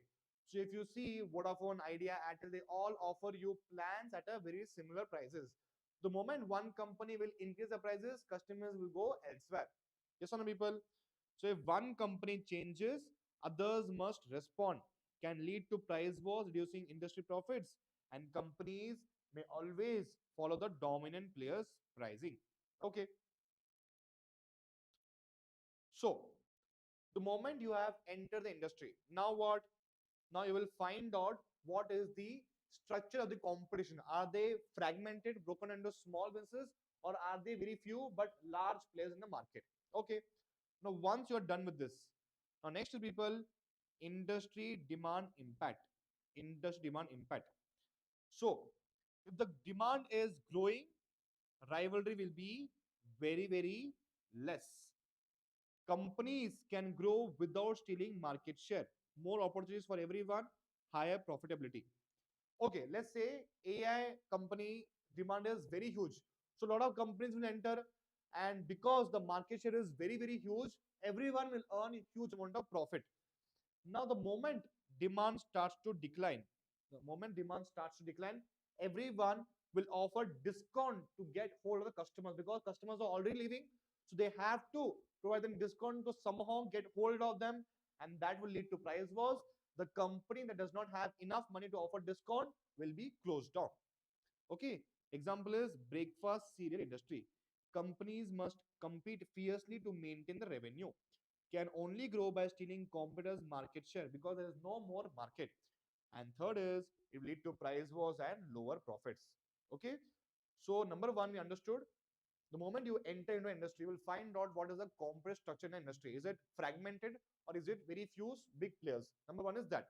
Number two is you will find out the demand impact. The demand is huge. No matter how many companies enter, everyone will earn huge profit. The moment demand is declining, will offer huge discounts. You will offer huge promotions to get hold of the customers that are leaving. Okay. And the moment you decide to give discounts, you're going to lose money. And the moment you don't have enough cash to give discount, you will lose your market share, you will be shut down. So number two is industry demand impact. And third is people cost condition. So if you have a very high fixed cost, it is going to be more competition. Example is people, let's say airline industry. So people, airline, every single airline has to incur a lot of fixed expenses for its maintenance. Yes or no, people? To recover that expenses, it is very important for an aeroplane company to make sure all the customers are, to make sure that all the seats are full. Yes or no? Now, to make sure all the seats are full, you're going to offer a lot of discounts. And when you give a lot of discounts, you're going to burn a lot of cash. Let's see. Expenses regardless of sales, like rent, machinery, and salaries to the employees. So it need large sales volume to cover cost. If the sales are low, you will lower the prices to attract customers, and there will be intense competition. Example is airline. Let's read this example, people. Extremely high fixed cost must fill the seats even at low prices, results in price wars and low profitability. So just because an airline company is incurring a lot of fixed cost, somehow it has to make sure that all the seats are full. Yes or no, people? The sale is falling, the seats are not full, you will give discount. And the moment you will give discount, it will lead to price wars, you will lose in cash. Yes or no, people? And that is the consequence of have entering into industry having a high fixed cost. Yes or no? Perfect. Next, people, exit barriers. Okay. factors that makes it difficult to leave an industry even though it is unprofitable is what is called as exit barriers. So high fixed cost for exit. The moment you decide to exit an industry, you will have to pay severance pay to their employees. Number two is continuous health benefits and pension. You have to, if you contract any contract, you have to pay penalties. So that is the reason why people company does not want to incur those unexpenses. So they keep on running the company, and that is called as high fixed cost of exit. So you are not leaving the industry because the moment you decide to leave the industry, you have to incur a lot of fixed cost. That's the reason why you are not leaving the industry. You are keeping on doing the same thing. And next reason is people emotional attachment. So because my family is into the business of some gold or jewelry for 100 years, because of the emotion I'm attached to the industries, that is the reason why I'm keeping on running the company despite incurring losses. Third is people economic dependence on single industry. Because I did not diversify my companies, I'm completely dependent on one industry. So if this company closes down, I will not have any money to fill my stomach. That's the reason why people I am into this business for a long period of time. And fourth is expensive assets to maintain. So people, tomorrow if I want to exit an airline industry, until the time I find a new buyer of the airline industry, I have to make sure that I maintain the airline. And to maintain the airline, I have to incur a lot of expenses. Air, aircraft fleets, heavy machinery. And fifth is people bankruptcy regulation. So if the laws allow continue operation under legal protection, creates prolonged oversupply, distorts competition with lower prices. Simple meaning is people, if we are all going to learn this insolvency bankruptcy code in CMA final law. Okay. So in CMA final law, you will learn insolvency bankruptcy code that talks about a company should keep on running until the court instructs them. Yes or no, people? So that could be another reason why a company might have a difficulty in leaving the industry. Okay. Perfect. So we are done with the cost conditions. We are done with the exit barriers. So how many exit barriers are there? One, that is high fixed cost for exit. Number two is I'm emotionally attached to the company. Number three is I'm economically dependent on only single industry. Fourth is I've got expensive assets to maintain. And fifth is I am facing a lot of bankruptcy regulation. That is the reason why I'm finding it difficult to leave the industry. Okay. Chalo. People, let's again revise this. Once you have entered the industry, now what? 2.1 that talks about what is the structure of the competition. Is it fragmented, smaller units in a large number, or is it few but large? Okay. Number two is people, what is the demand of the industry? If demand is growing, rivalry will be less because everyone will have huge profits. The demand is low, rivalry more, low profits. Number three, cost conditions. High fixed cost will lead to more competition.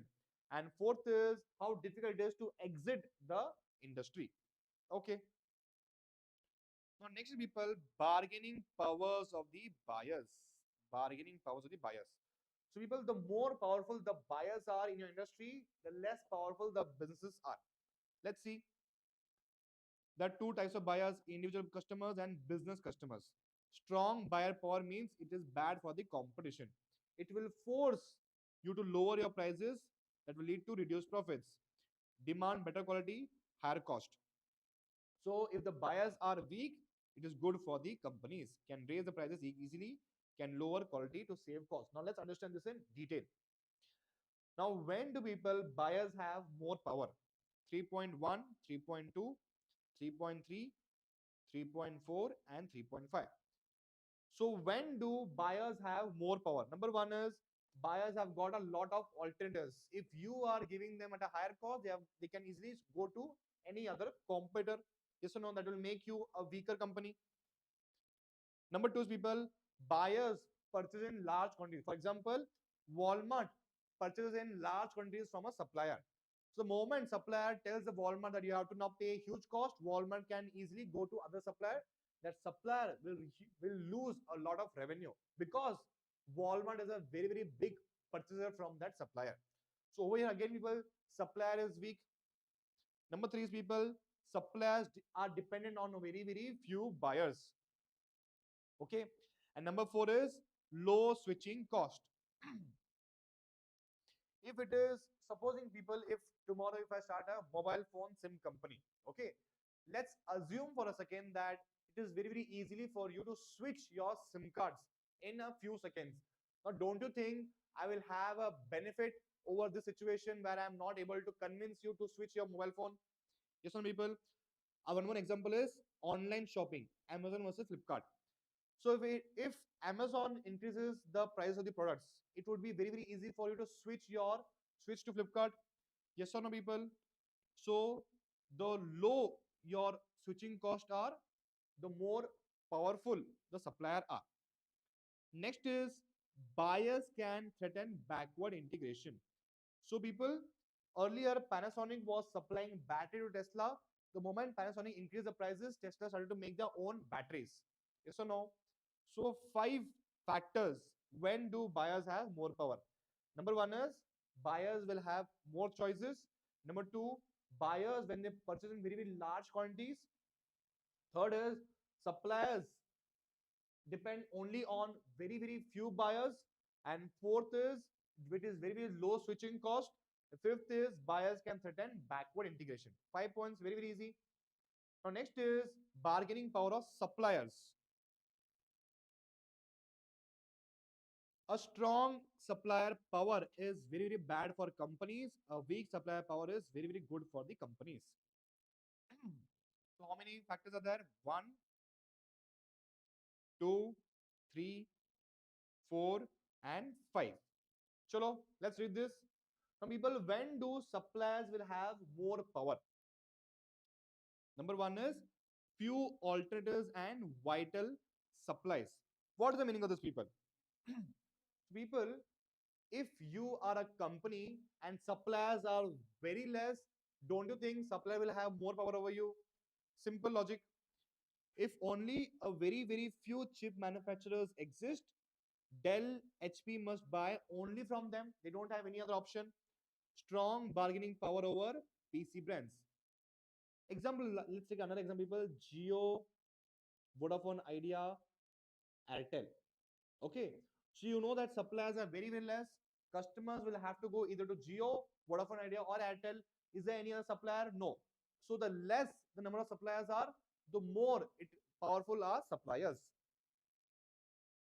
Next is suppliers are not dependent on one industry. So people, Microsoft Windows is used by a lot of industries, be it banking industry, be it pharmaceutical industry, be it IT industry.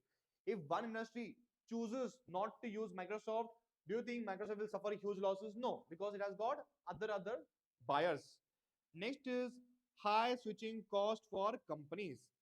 So people, if it is because it is very difficult for you to switch with respect to SIM cards. Let's say it is difficult to switch between Jio, Vodafone, Idea, Airtel. This is the reason why what it makes them more powerful, because it is very difficult for you to switch between the suppliers. That makes suppliers more powerful. If it is so easy to switch between SIM cards, suppliers would be less powerful, you would be more powerful. Next is people, suppliers can forward integrate. What is the meaning of this, people? Now Apple supplier is Foxconn. So moment Foxconn also starts making phones, Apple will lose the market share. So if supplier is able to backward integrate, if supplier is able to become the buyer, then only again supplier will have more power. Foxconn people company launched its own EV vehicles. It was once a supplier to Apple. It was supplying raw materials to Apple. Now it is making their own electric vehicles, making them more powerful, could become a competitor to Tesla or Apple cars, increases supplier power. Next is companies cannot make their own inputs. So people, we all know all the aircrafts are made by only two companies. Which are those? Number one is people, Boeing and Airbus. Yes or no? But there's only one company that makes engine for the aircrafts, and that is Rolls-Royce. So because there are no other supplier other than Rolls-Royce, Rolls-Royce is very, very powerful. So 5 points. When would suppliers be more powerful? Number one is very few alternatives and vital suppliers. Number two is suppliers are not dependent on one industry. Number three is switching cost is very, very high. Fourth is suppliers can forward integrate. And fifth is companies cannot make their own inputs. Now, people, again, the same question repeated. When do companies have more power over suppliers? Many suppliers are available and company is a major customer. Now, next is people, threat of substitute products. What is the meaning of this? Okay, coffee, tea, soft drink. The moment Pepsi will increase the prices, people will prefer Coca-Cola. Yes or no, people? So they have to make sure that the substitute that they are using, how are they changing their prices? So goods, services from different industries that satisfy similar customer needs is what we call as substitute products. Okay. If company has got a very, very strong substitutes, it is bad for the competitors. So if Coca-Cola increases the prices, people will prefer Pepsi. Yes or no? So Coca-Cola cannot increase prices much because they will prefer Pepsi. Okay. If you don't have any substitute in the market, it is good for you as a company. If Coke has no competition, it is powerful for the Coke. So we are done with 5 forces. Number one is people, what is the 5 forces? Number one is risk of entry by potential competitors. Competitors have not entered the industry at all.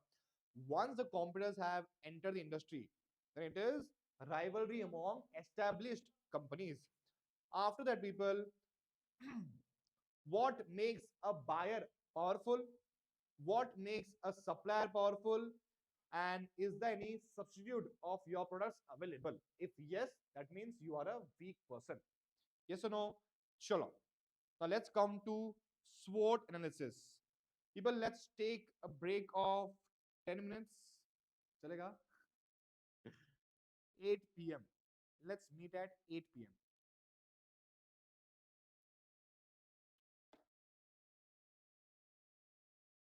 Of कर सकते हैं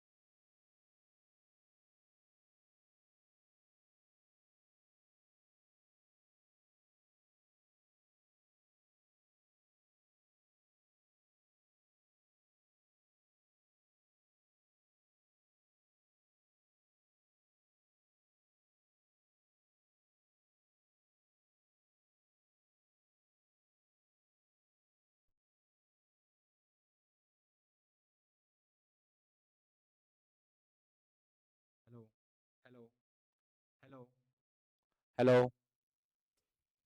चलो शुरू करेंगे दृष्टि. Let's continue. Guys, in next half an hour, we'll be done with the for 8th and the 9th chapter. Okay? Chalo. Let's continue. So, next question is SWOT analysis. That is, how are we going to analyze the industry and company? Let's see. So, SWOT means what people? Strengths, weakness, opportunity, threats, and challenges. So, let's understand the meaning of strength. Internal factors that gives a company an advantage, competitive advantage. Example is, what is the competitive advantage of Apple? Brand value, innovation, and loyal customers are the strengths of Apple. Next, people, weaknesses. Weaknesses means what people? Internal limitations or inefficiencies is what we call as weaknesses. Example is, if you are in a restaurant, the slower the service is, the weaker the restaurant is. Yes or no, people? So a slow service in a new restaurant is a weakness for the restaurant. Yes or no? Next is, people, opportunities. What is the meaning of opportunities? External favorable trends or changes. Example is rising demand of EVs.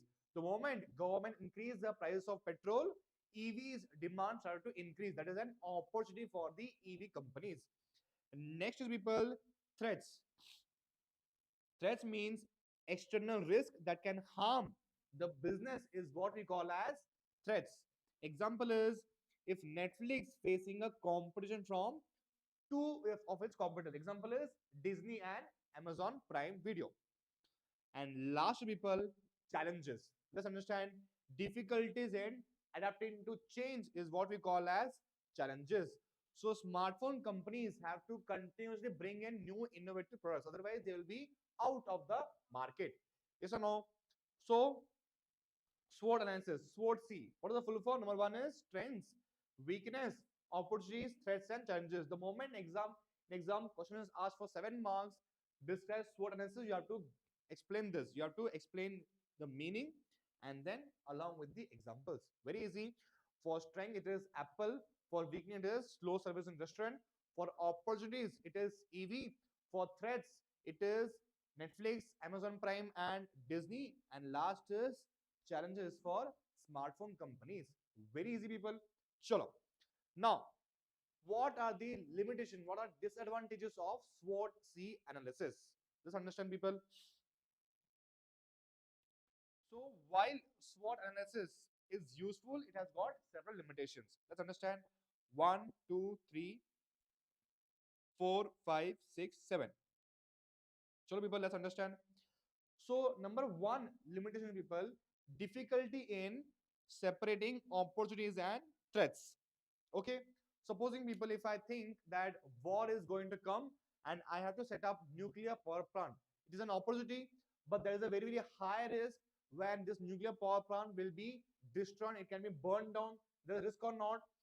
So it is sometimes it is very, very difficult to separate what is an opportunity and what is a threat. This is the first disadvantage of SWOT analysis.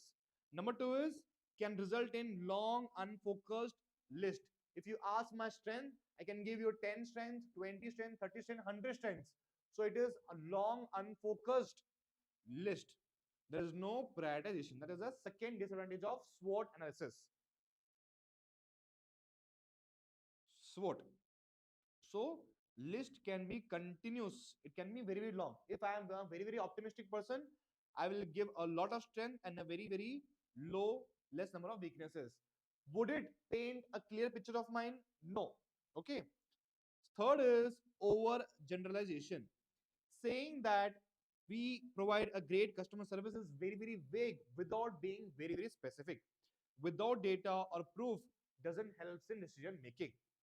So statements may be sometimes very, very vague and unhelpful, like we are great at customer service. No. Fourth is oversimplification of complex issues. Okay, a market may look like an opportunity, but cultural barriers can ruin success. So people, for McDonald's, when McDonald's was entering into India, it entered in India with the thought that India has got a very, very large population, we can get a lot of customers. But just because McDonald's just did not read the culture of India properly. It had failed miserably in the earliest years when they were introducing beef in their menus. So can we say business environment is dynamic, SWOT does not capture the complexities. That is, a market like India might look like an opportunity for McDonald's, but cultural barriers can ruin the success of MACD. Very easy. Next, people, personal bias may affect results. So, people, if I am an over optimistic person, I am a very positive person, I might list a lot of strengths and a very, very low number of weaknesses, even though I have a lot of weaknesses. So, SWOT might not paint a clear picture. Okay. Next, people, confusion between internal and external strengths. A strong brand is a strength, but expanding that brand is an opportunity. So there might be sometimes confusion between internal strength and then opportunity. Next is focusing too much on existing strength. So people, Nokia, when it was one of the top mobile phone companies. Okay, they were selling featured button phones. Okay, the moment Apple introduced touchscreen phones, all the smartphone companies also adapted to the touchscreen phones. But Nokia was very rigid in adapting to the change. It was hoping that just because we were strong earlier, we are going to be irreplaceable. Is that thought right, people? The answer is no. So focusing too much on existing strength is not an advantage of SWOT analysis. So there are 7 disadvantages. Can you tell me? Number 1 is difficulty in separating opportunity from threats. Example is nuclear power plant. Number 2 is long unfocused list. Third is over generalization. Fourth is over simplification. What is the difference between over generalization and over simplification? Over general statements are vague and lack actionable value. We are great at customer service. This is not specific. That is what is meaning of over generalization. What is the meaning of over simplification? That we are very good at XYZ. Misses the complexity of real world business. Example is McDonald's. McDonald's had a thought that India has a very, very big population, so we can earn huge profit. That is called as you are oversimplifying the complexity. Next is personal bias. If I am a optimistic person, I might list a lot of strengths and low number of weaknesses. Next is there can be a confusion between internal and external. And last is overlands on existing strengths. Very easy, people. Shalom. Now, next is portfolio analysis and BCG matrix. Okay.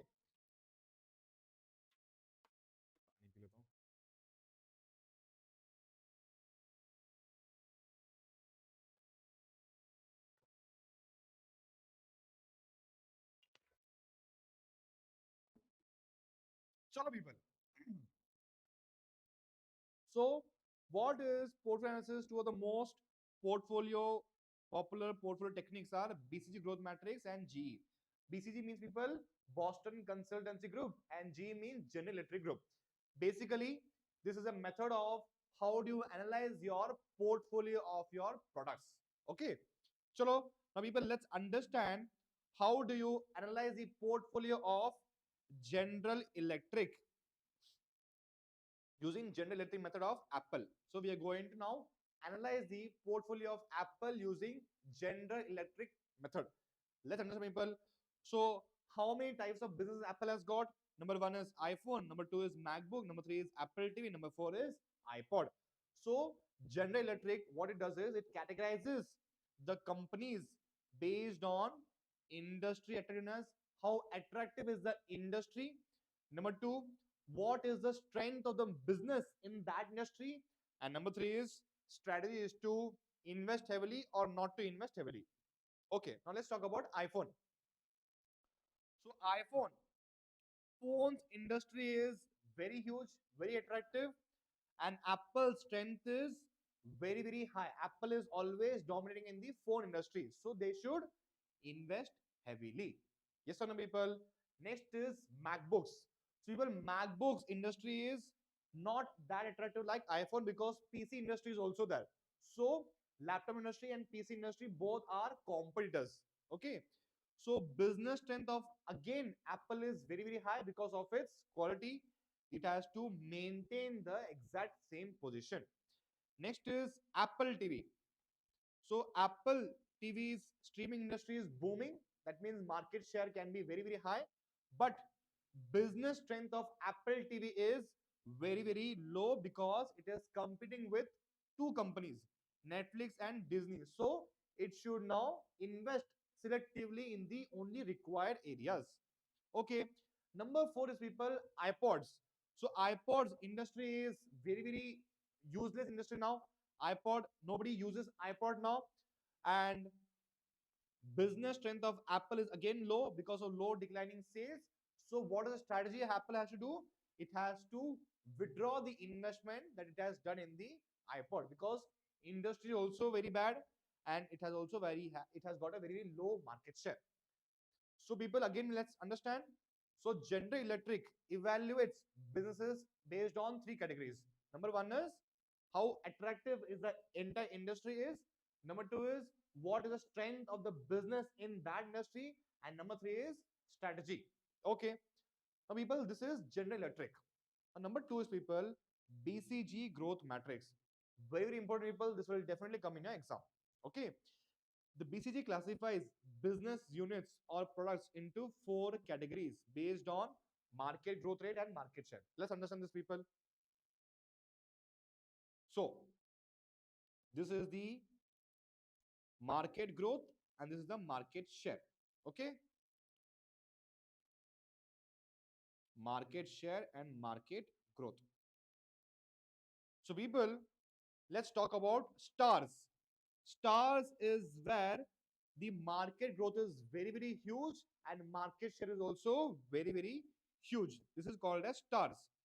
And question mark is people, market share is very, very high, but market share is very low, but market growth is very, very high.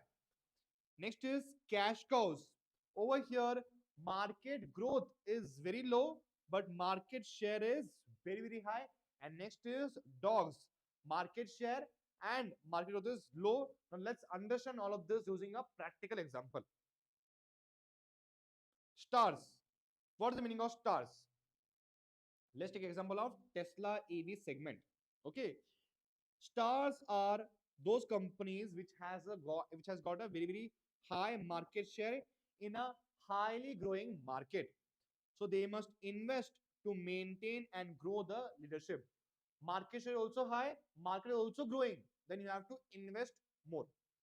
Next is question mark. What is the meaning of question mark? Let's take an example of Netflix in early years.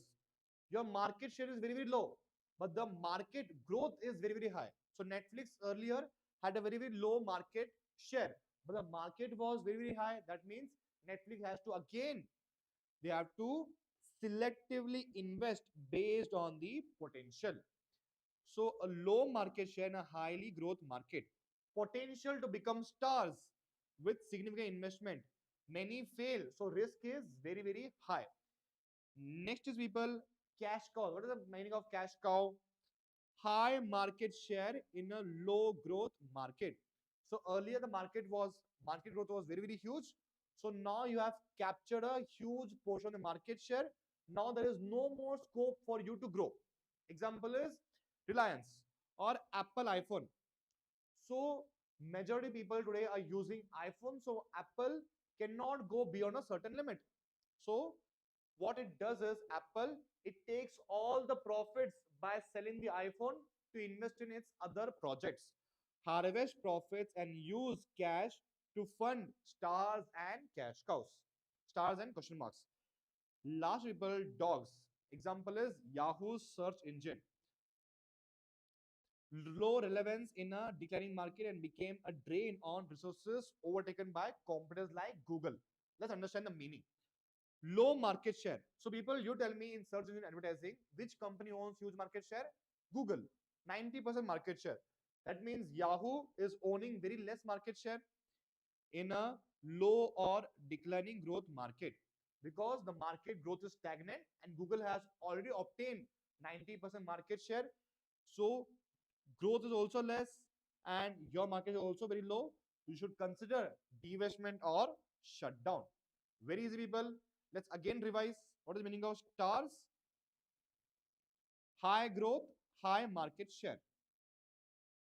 High growth, high market share. What is the meaning of question mark? Growth is high, market share is very, very less. What is the meaning of cash cow? Growth is less, market share is high. Dog means both are less. Okay, very simple. BCG growth matrix. Definitely in your exam people question will be coming. Okay, number 2 is BCG growth matrix, and number 1 is General Electric. So again, people tell me quickly. General Electric categorizes products based on 3 categories. Number 1 is how attractive is the industry, and what is the strength of the business, what is the strategy. And BCG growth matrix categorizes industry based on stars, question marks, cash cows, dogs. Stars means high market share and a highly growing market. Question mark means what? Market is share is very, very low in a high growing market. Cash cow means what people? Growth is less, but my market share is huge. And dogs means both are less. Okay. Now, what are the advantages of the BCG matrix? You are able to visualize your business portfolio in just 4 boxes. Yes or no? Cash, cash cows, stars, question marks, and dogs. Number 2 is it highlights the financial demands of high growth businesses. Okay. Example is Amazon Web Services required a major investment early on despite high growth. So BCG helped Amazon plan and prioritize their funding. So basically, it warns that businesses in a high growing market requires heavy investment to succeed. Yes or no? If you are holding low market share in a highly growing market, you will invest more. Now, when will you know that you have to invest more? Using BCG growth matrix. Yes or no? Third is reminds that stars can become cash cows over time. So, what is the meaning of stars? People tell me high market share in a highly growing market. So at a certain point of time, your growth will be less because there are no more potential competitors, and your market share will be very, very over here. Cash cows. Growth is less, market share is more. There is no more scope for growth. So stars might someday will become cash cows. Star was once a period where market share was also growing and the growth was also there. It can also become a cash cow over a certain period of time. Okay. And next people encourages efficient reallocation of surplus resources from cash cows to other units. I've already told you people. So cash cows are those where growth is less, market share is more. You cannot grow beyond that. So what will you do? You will take away the profits to invest in your other projects. So this is the 4 advantages. So number 1 is visual representation. Number 2 is highlights financial demands of high growth businesses. Number 3 is reminds that stars may become cash cows over time. And fourth is efficient reallocation of resources. Now, what are the limitations? So 3 limitations. Number 1 is people definitional vagueness. High market share and low market share is very, very vague. Supposing if I am saying that iPhone has got a very high market share, am I talking about Indian market share or am I talking about global market share? It is not definite. So it is completely vague and unclear. Next is capital market assumptions. So people have already told you in the BCG growth matrix, I've told you the principle over here is principle is you will milk cash cows. Now, what is the meaning of milking cash cows, people? You will take away the profits from the cash cow businesses to invest into other projects. But we are forgetting the fact that we can also get investment via taking loans. Yes or no? So assumes investment comes from internal cash flows, ignoring that many companies raise external funds. And third is unkind to business units. BCG growth matrix always assumes the fact that cash cows cannot grow beyond a certain point of time. People, if that is wrong, there is always a scope of improvement. Yes or no? So cash cows are milled and neglected. Okay. And dogs are shut down or sold off, potentially losing strategic value. So people, even though dogs have a low market share and low growing market, there's still some way potential to revive the dogs. This is what is ignored by BCG growth matrix. So three limitations. Number one is definitional vagueness. Number two is capital market assumptions. And number three is unkind to business units. Perfect. Now, last, second chapter, stages and strategy planning. People, very easy people. Now you tell me, how do we implement a strategy?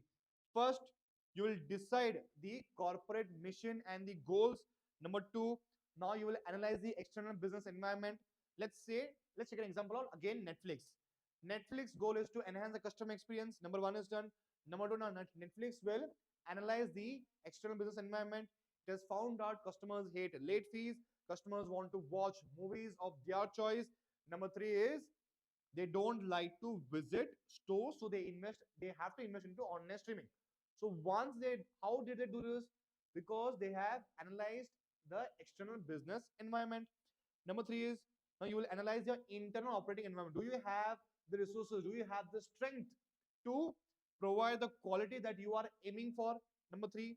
Number four is, then you will select the strategies, and then you will implement, and then you will do a feedback loop. Whether your strategy that you are implementing, is it working correctly or not? If there is improvement or if there is any inefficiency, you will not repeat them in the next strategy. Okay. So 6 steps. Number one is selecting the corporate mission and major goals. Number two is you will analyze the external competitive environment. Number three is internal environment. Number four is you will select the strategies. Number five is you will implement, and last is feedback loop. Okay. Now people, oh, hey, all right. Sure, people.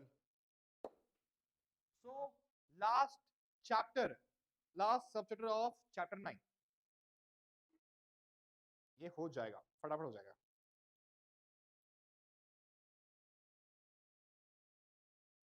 हो रहा है revision अच्छे से?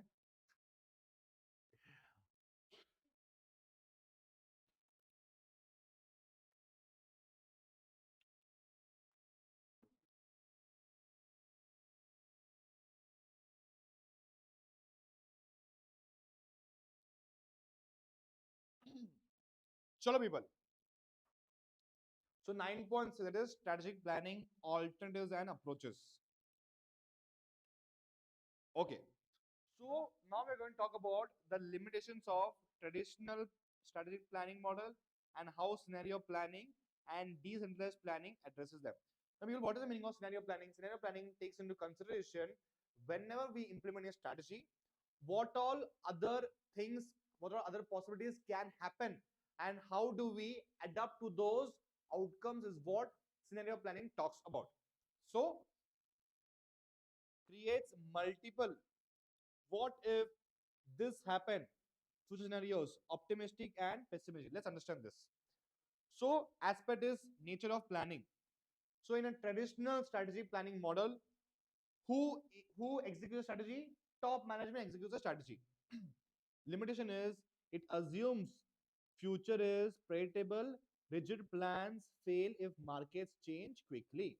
So, in traditional strategy planning approach, they are not talking about what if scenarios. They only have one scenario in mind.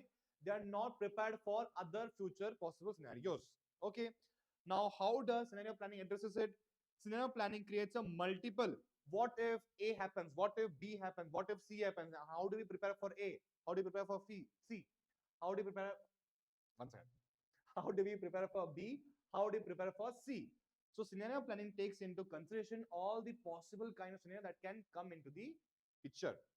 And third is how decentralized planning addresses it. So there are three types of planning. Number one is traditional planning. Number two is scenario planning. And number three is decentralized planning. Yes. Now, what is the meaning of decentralized planning, people? In decentralized planning, power is given to all types of managers involves managers at all the levels for better practical insights. If we take the example of Starbucks goal is to enhance the customer experience. So is it the work of the top level management to make sure the customer experience is enhanced? No, it is a work of the store managers to make sure if the customers are lactose intolerant, they are provided with soya milk, they are provided with almond milk. Yes or no? Is it the work of top management? No. That means it is called as decentralized planning. Okay, perfect. So three types of planning: traditional planning, where only top management makes plans only basis on one scenario. And what is the meaning of scenario planning? The top management takes into consideration all the possible types of outcomes and how they prepare for those scenarios. And third is decentralized planning, where managers are given powers at all levels. Okay, next is adaptability to change. Fixed plans, less flexible. Okay, limitations. External factors can change rapidly, making plans irrelevant. Example is Nokia failing to adapt. No matter people, no matter how amazing the business plans of Nokia is, the moment Apple introduced touchscreen phones, they have to change their plans because they were rigid in their plans. They were not able to survive the change. Okay. Now, scenario planning. It tracks indicators, signposts to adapt strategies dynamically as situation involves. So, scenario planning changes as per the situations. And next is decentralized planning. Local managers tailor strategies based on real time and ground realities. So, over here, power is given to all the levels of managers. So, they have the power to implement changes if required. And participation in planning, people, only top management is involved over here. What is the limitation? Ignores insight of front line managers. It is like Starbucks ignoring the store manager's insights. And in scenario planning, it encourages strategic thinking based on different future possibilities. And in decentralized planning, it encourages input from the operational managers, just like Starbucks does. Success source. Success expected from planned strategy execution. Okay. If the top management plans are failing, the company will also fail miserably. Ignores serendipity or unexpected opportunities. Example is Instagram pivot.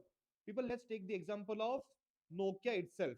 Okay. So Nokia was not prepared for unexpected changes done by Apple and other smartphone companies. And if we take about scenario planning, prepares for unexpected by having multiple flexible strategies ready. If A thing happens, we should be doing B. If B happens, we should be ready to do C. Okay. Now next is decentralized planning enables innovation from all levels and not just top management. Very easy. So we know in detail the meaning of traditional strategic planning model. We understood its limitation. Then we understood how scenario planning addresses and solve the problem, and how decentralized planning solve those problems. Okay. Next, people, this is a very, very important and a lightly difficult topic. Common cognitive biases in strategic decision making and techniques. How do we mitigate? So basically, people, whenever you take in decisions, what all false things can happen, what all bad things can happen, and how do you rectify those things? Let's understand. Prior hypothetical bias, escalating commitment, reasoning by analogy, representative bias, illusion of control, groupthink. Don't just go by the words. The words may be difficult to sound, but the meaning is very, very easy. Okay. So what does prior hypothecation talks about? Sticking to old beliefs despite new evidence. Example is Nokia. Nokia knew that everyone is going to use touchscreen phones, still they were sticking to their old beliefs of selling the feature button phones. Okay, now how could have Nokia mitigated those problems? Where by using devil's advocacy. What is the meaning of devil's advocacy, people? If Nokia would have appointed one team where they will continuously challenge the Nokia's top level management decisions, they could have predicted that their survival is at stake. Yes or no? So where one member challenges assumptions to find risk is called as devil's advocacy. So devil's advocacy is a way of challenging the top management's plans and strategies so that everyone will know the disadvantages and advantages of the top management strategy. Number two is people escalating commitment, continuing to invest in the failing projects. Example is people Kodak. So Kodak is that company, they knew that everyone is going to now use digital camera, still they were investing into film cameras. Yes or no? Now, how could Kodak would have solved that problem? Technique is dialectic inquiry. What is the meaning of this? Basically, creating two teams. One team would would always talk in favor of top management, and the other team would always talk against top management, so that we will know the both the possible scenarios. Debates, opposing views to find balanced solutions. So what is the difference between what is the difference between devil's advocacy and dialectic inquiry people? In devil's advocacy, only one person is appointed to challenge the top management's views. But in dialectic inquiry, two teams are appointed. One team will always talk in favor, one team will always talk against. Okay. Next, people, reasoning by analogy. Applying simple analogies to complex problems. This is the problem. Nokia assumed success in feature phones means success in smartphones. What is the meaning of this? Just because Nokia had a very, very big market share in feature button phones, does that mean that Nokia will stay successful throughout? No. That was their problem. Applying simple, irrelevant analogies to complex problem. So how do you solve this? By using an outside view, analyzing similar past cases for better forecasting. So if Nokia would have just find out in the history that is there any other company which was top notch at one point in time, but it was replaced very easily because of changing environment conditions. If Nokia would have known one example, one story of any incident, Nokia would never have repeated this mistake again. That is called as outside view, checking in history if similar situations has happened before or not. Example, I will give you one more example. In 2008, financial crisis happened just exactly 100 years before. Okay, 100 years before 1908, the same type of financial crisis also happened. So if in 1908, if we have studied the pattern, we would have been prepared for 2008 financial crisis. Yes or no? And that is called as people outside view. Next is representative bias. What is the meaning of this? Generalizing from a small vivid example. Let's say I have opened 3 or 4 stores. Okay, I've opened 3 or 4 stores, and just because 3 of my stores are running very well, does that mean that I should immediately open all across India new stores only on the basis of 4 success of the stores? No, that is called as representative bias. WeWork's initial hype of just a few companies, few offices, led to overestimating co-working successes. What is the meaning of this? Initially, WeWorks was very, very successful in opening 5 co-working spaces. Does that mean that immediately you have to expand throughout India, people? No. Based on just the success of 4 offices? No. That is called as representative bias. Now, how do you solve this? Using devil's advocacy and outside view. What is the meaning of devil's advocacy? Appointing one person to challenge the top level management's plan. And outside view, is there any similar past cases happen? If yes, you have to be prepared for that. Okay. Next is illusion that we are in control. Overestimating control over external events. So people, do you think that you could have control or you could have adapted to COVID? No. Daimler Chrysler merger failed due to a cultural integration. So what is the meaning of this? So Daimler, Daimler and Chrysler are 2 companies which merged. Okay, they were very, very overconfident that once if we merge, we'll have a very, very competitive position in the market. but they fail to understand that if we do not adapt to the culture, we will fail miserably. So both the companies found it very, very difficult to adapt to the culture which they did not estimate before. Okay. So how do you solve this? Using dialect inquiry and group discussions. Means what? Encourages critical debate and open discussion to avoid overconfidence. And last, people, group think. Group agrees without questioning is what we call as group think. Okay, ignoring warnings. So 2008 financial crisis caused by ignoring real estate risk. So basically, I will tell you what happened in 2008. So number one was banks gave loan at a very, very low interest rate, very, very low interest rate, because of which very easily people were able to get home loans. Very easily people were able to get home loans. And because of this, people, default rate also increased because it was so easy to give, because it was so easy to get home loans. Default also increased, and because of that, banks don't have money to fund the businesses. And that is the reason, my people, businesses was not running well. And because businesses were not running well, they had to cut cost by firing of the employees. And because employees were fired, they could not afford good food, and that led to a severe economic crisis. Yes or no, people?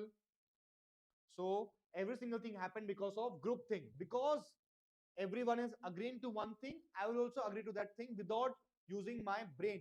That is called as group think theory. Now, how do you mitigate that? How do you reduce that?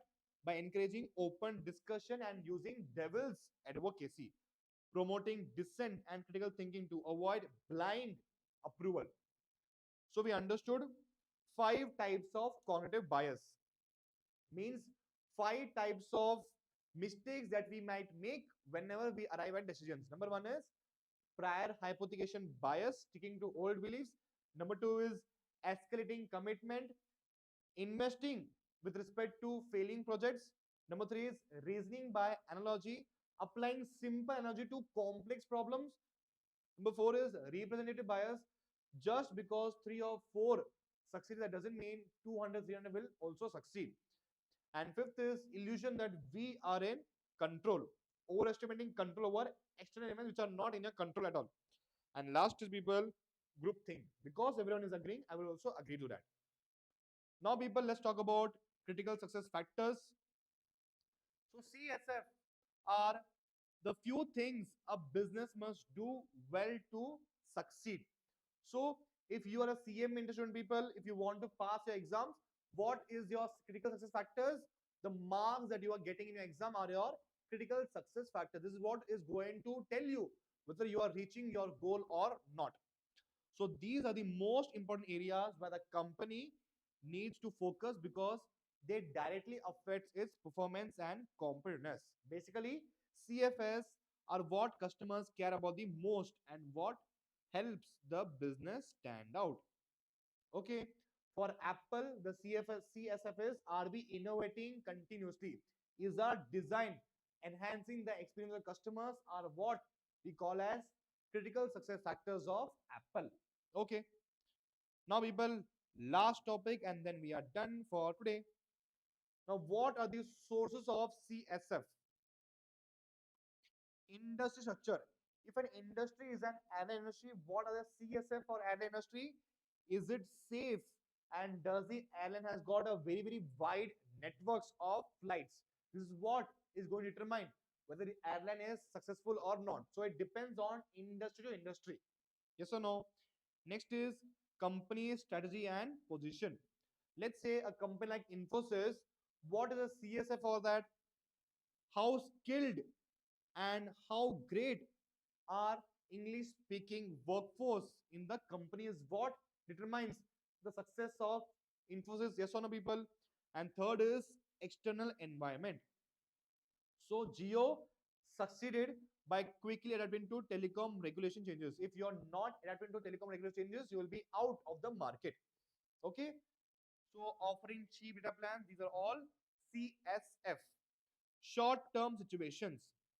So After Steve Jobs' death, how beautifully the succession is handled is what we called as a CSF in Apple. So Apple's succession was passed on to Tim Cook. Now Tim Cook is still maintaining the company exactly like Steve Jobs did. That is again a CSF. So let's read the explanation again, people, and then we'll be done for today. So industry structure. Every industry has basic factors that determine success. Companies must focus on these to compete them. Example is airline safety and wide flight networks. Next is company strategy and position. A company's way of competing and its market position determines its yes. External environment, government policies, economic conditions, are you adapting to them? Is what will determine whether you are successful or not. And last is short term situations. Temporary or one time events can create critical CSF that must be managed very, very carefully. Example is Steve Jobs. So, people, that's it. We are done with chapter number 9 and chapter number 8 with thoroughly, people. We have covered every single chapter in detail using examples. And make sure, people, you hit the like button and make sure to drop all your comments. How are you liking lectures? Okay. So, I will see you in the tomorrow class soon. Okay. Thank you so much for watching, people. Eat well, sleep well, study well. I will see you in the class soon. Take care. Bye bye.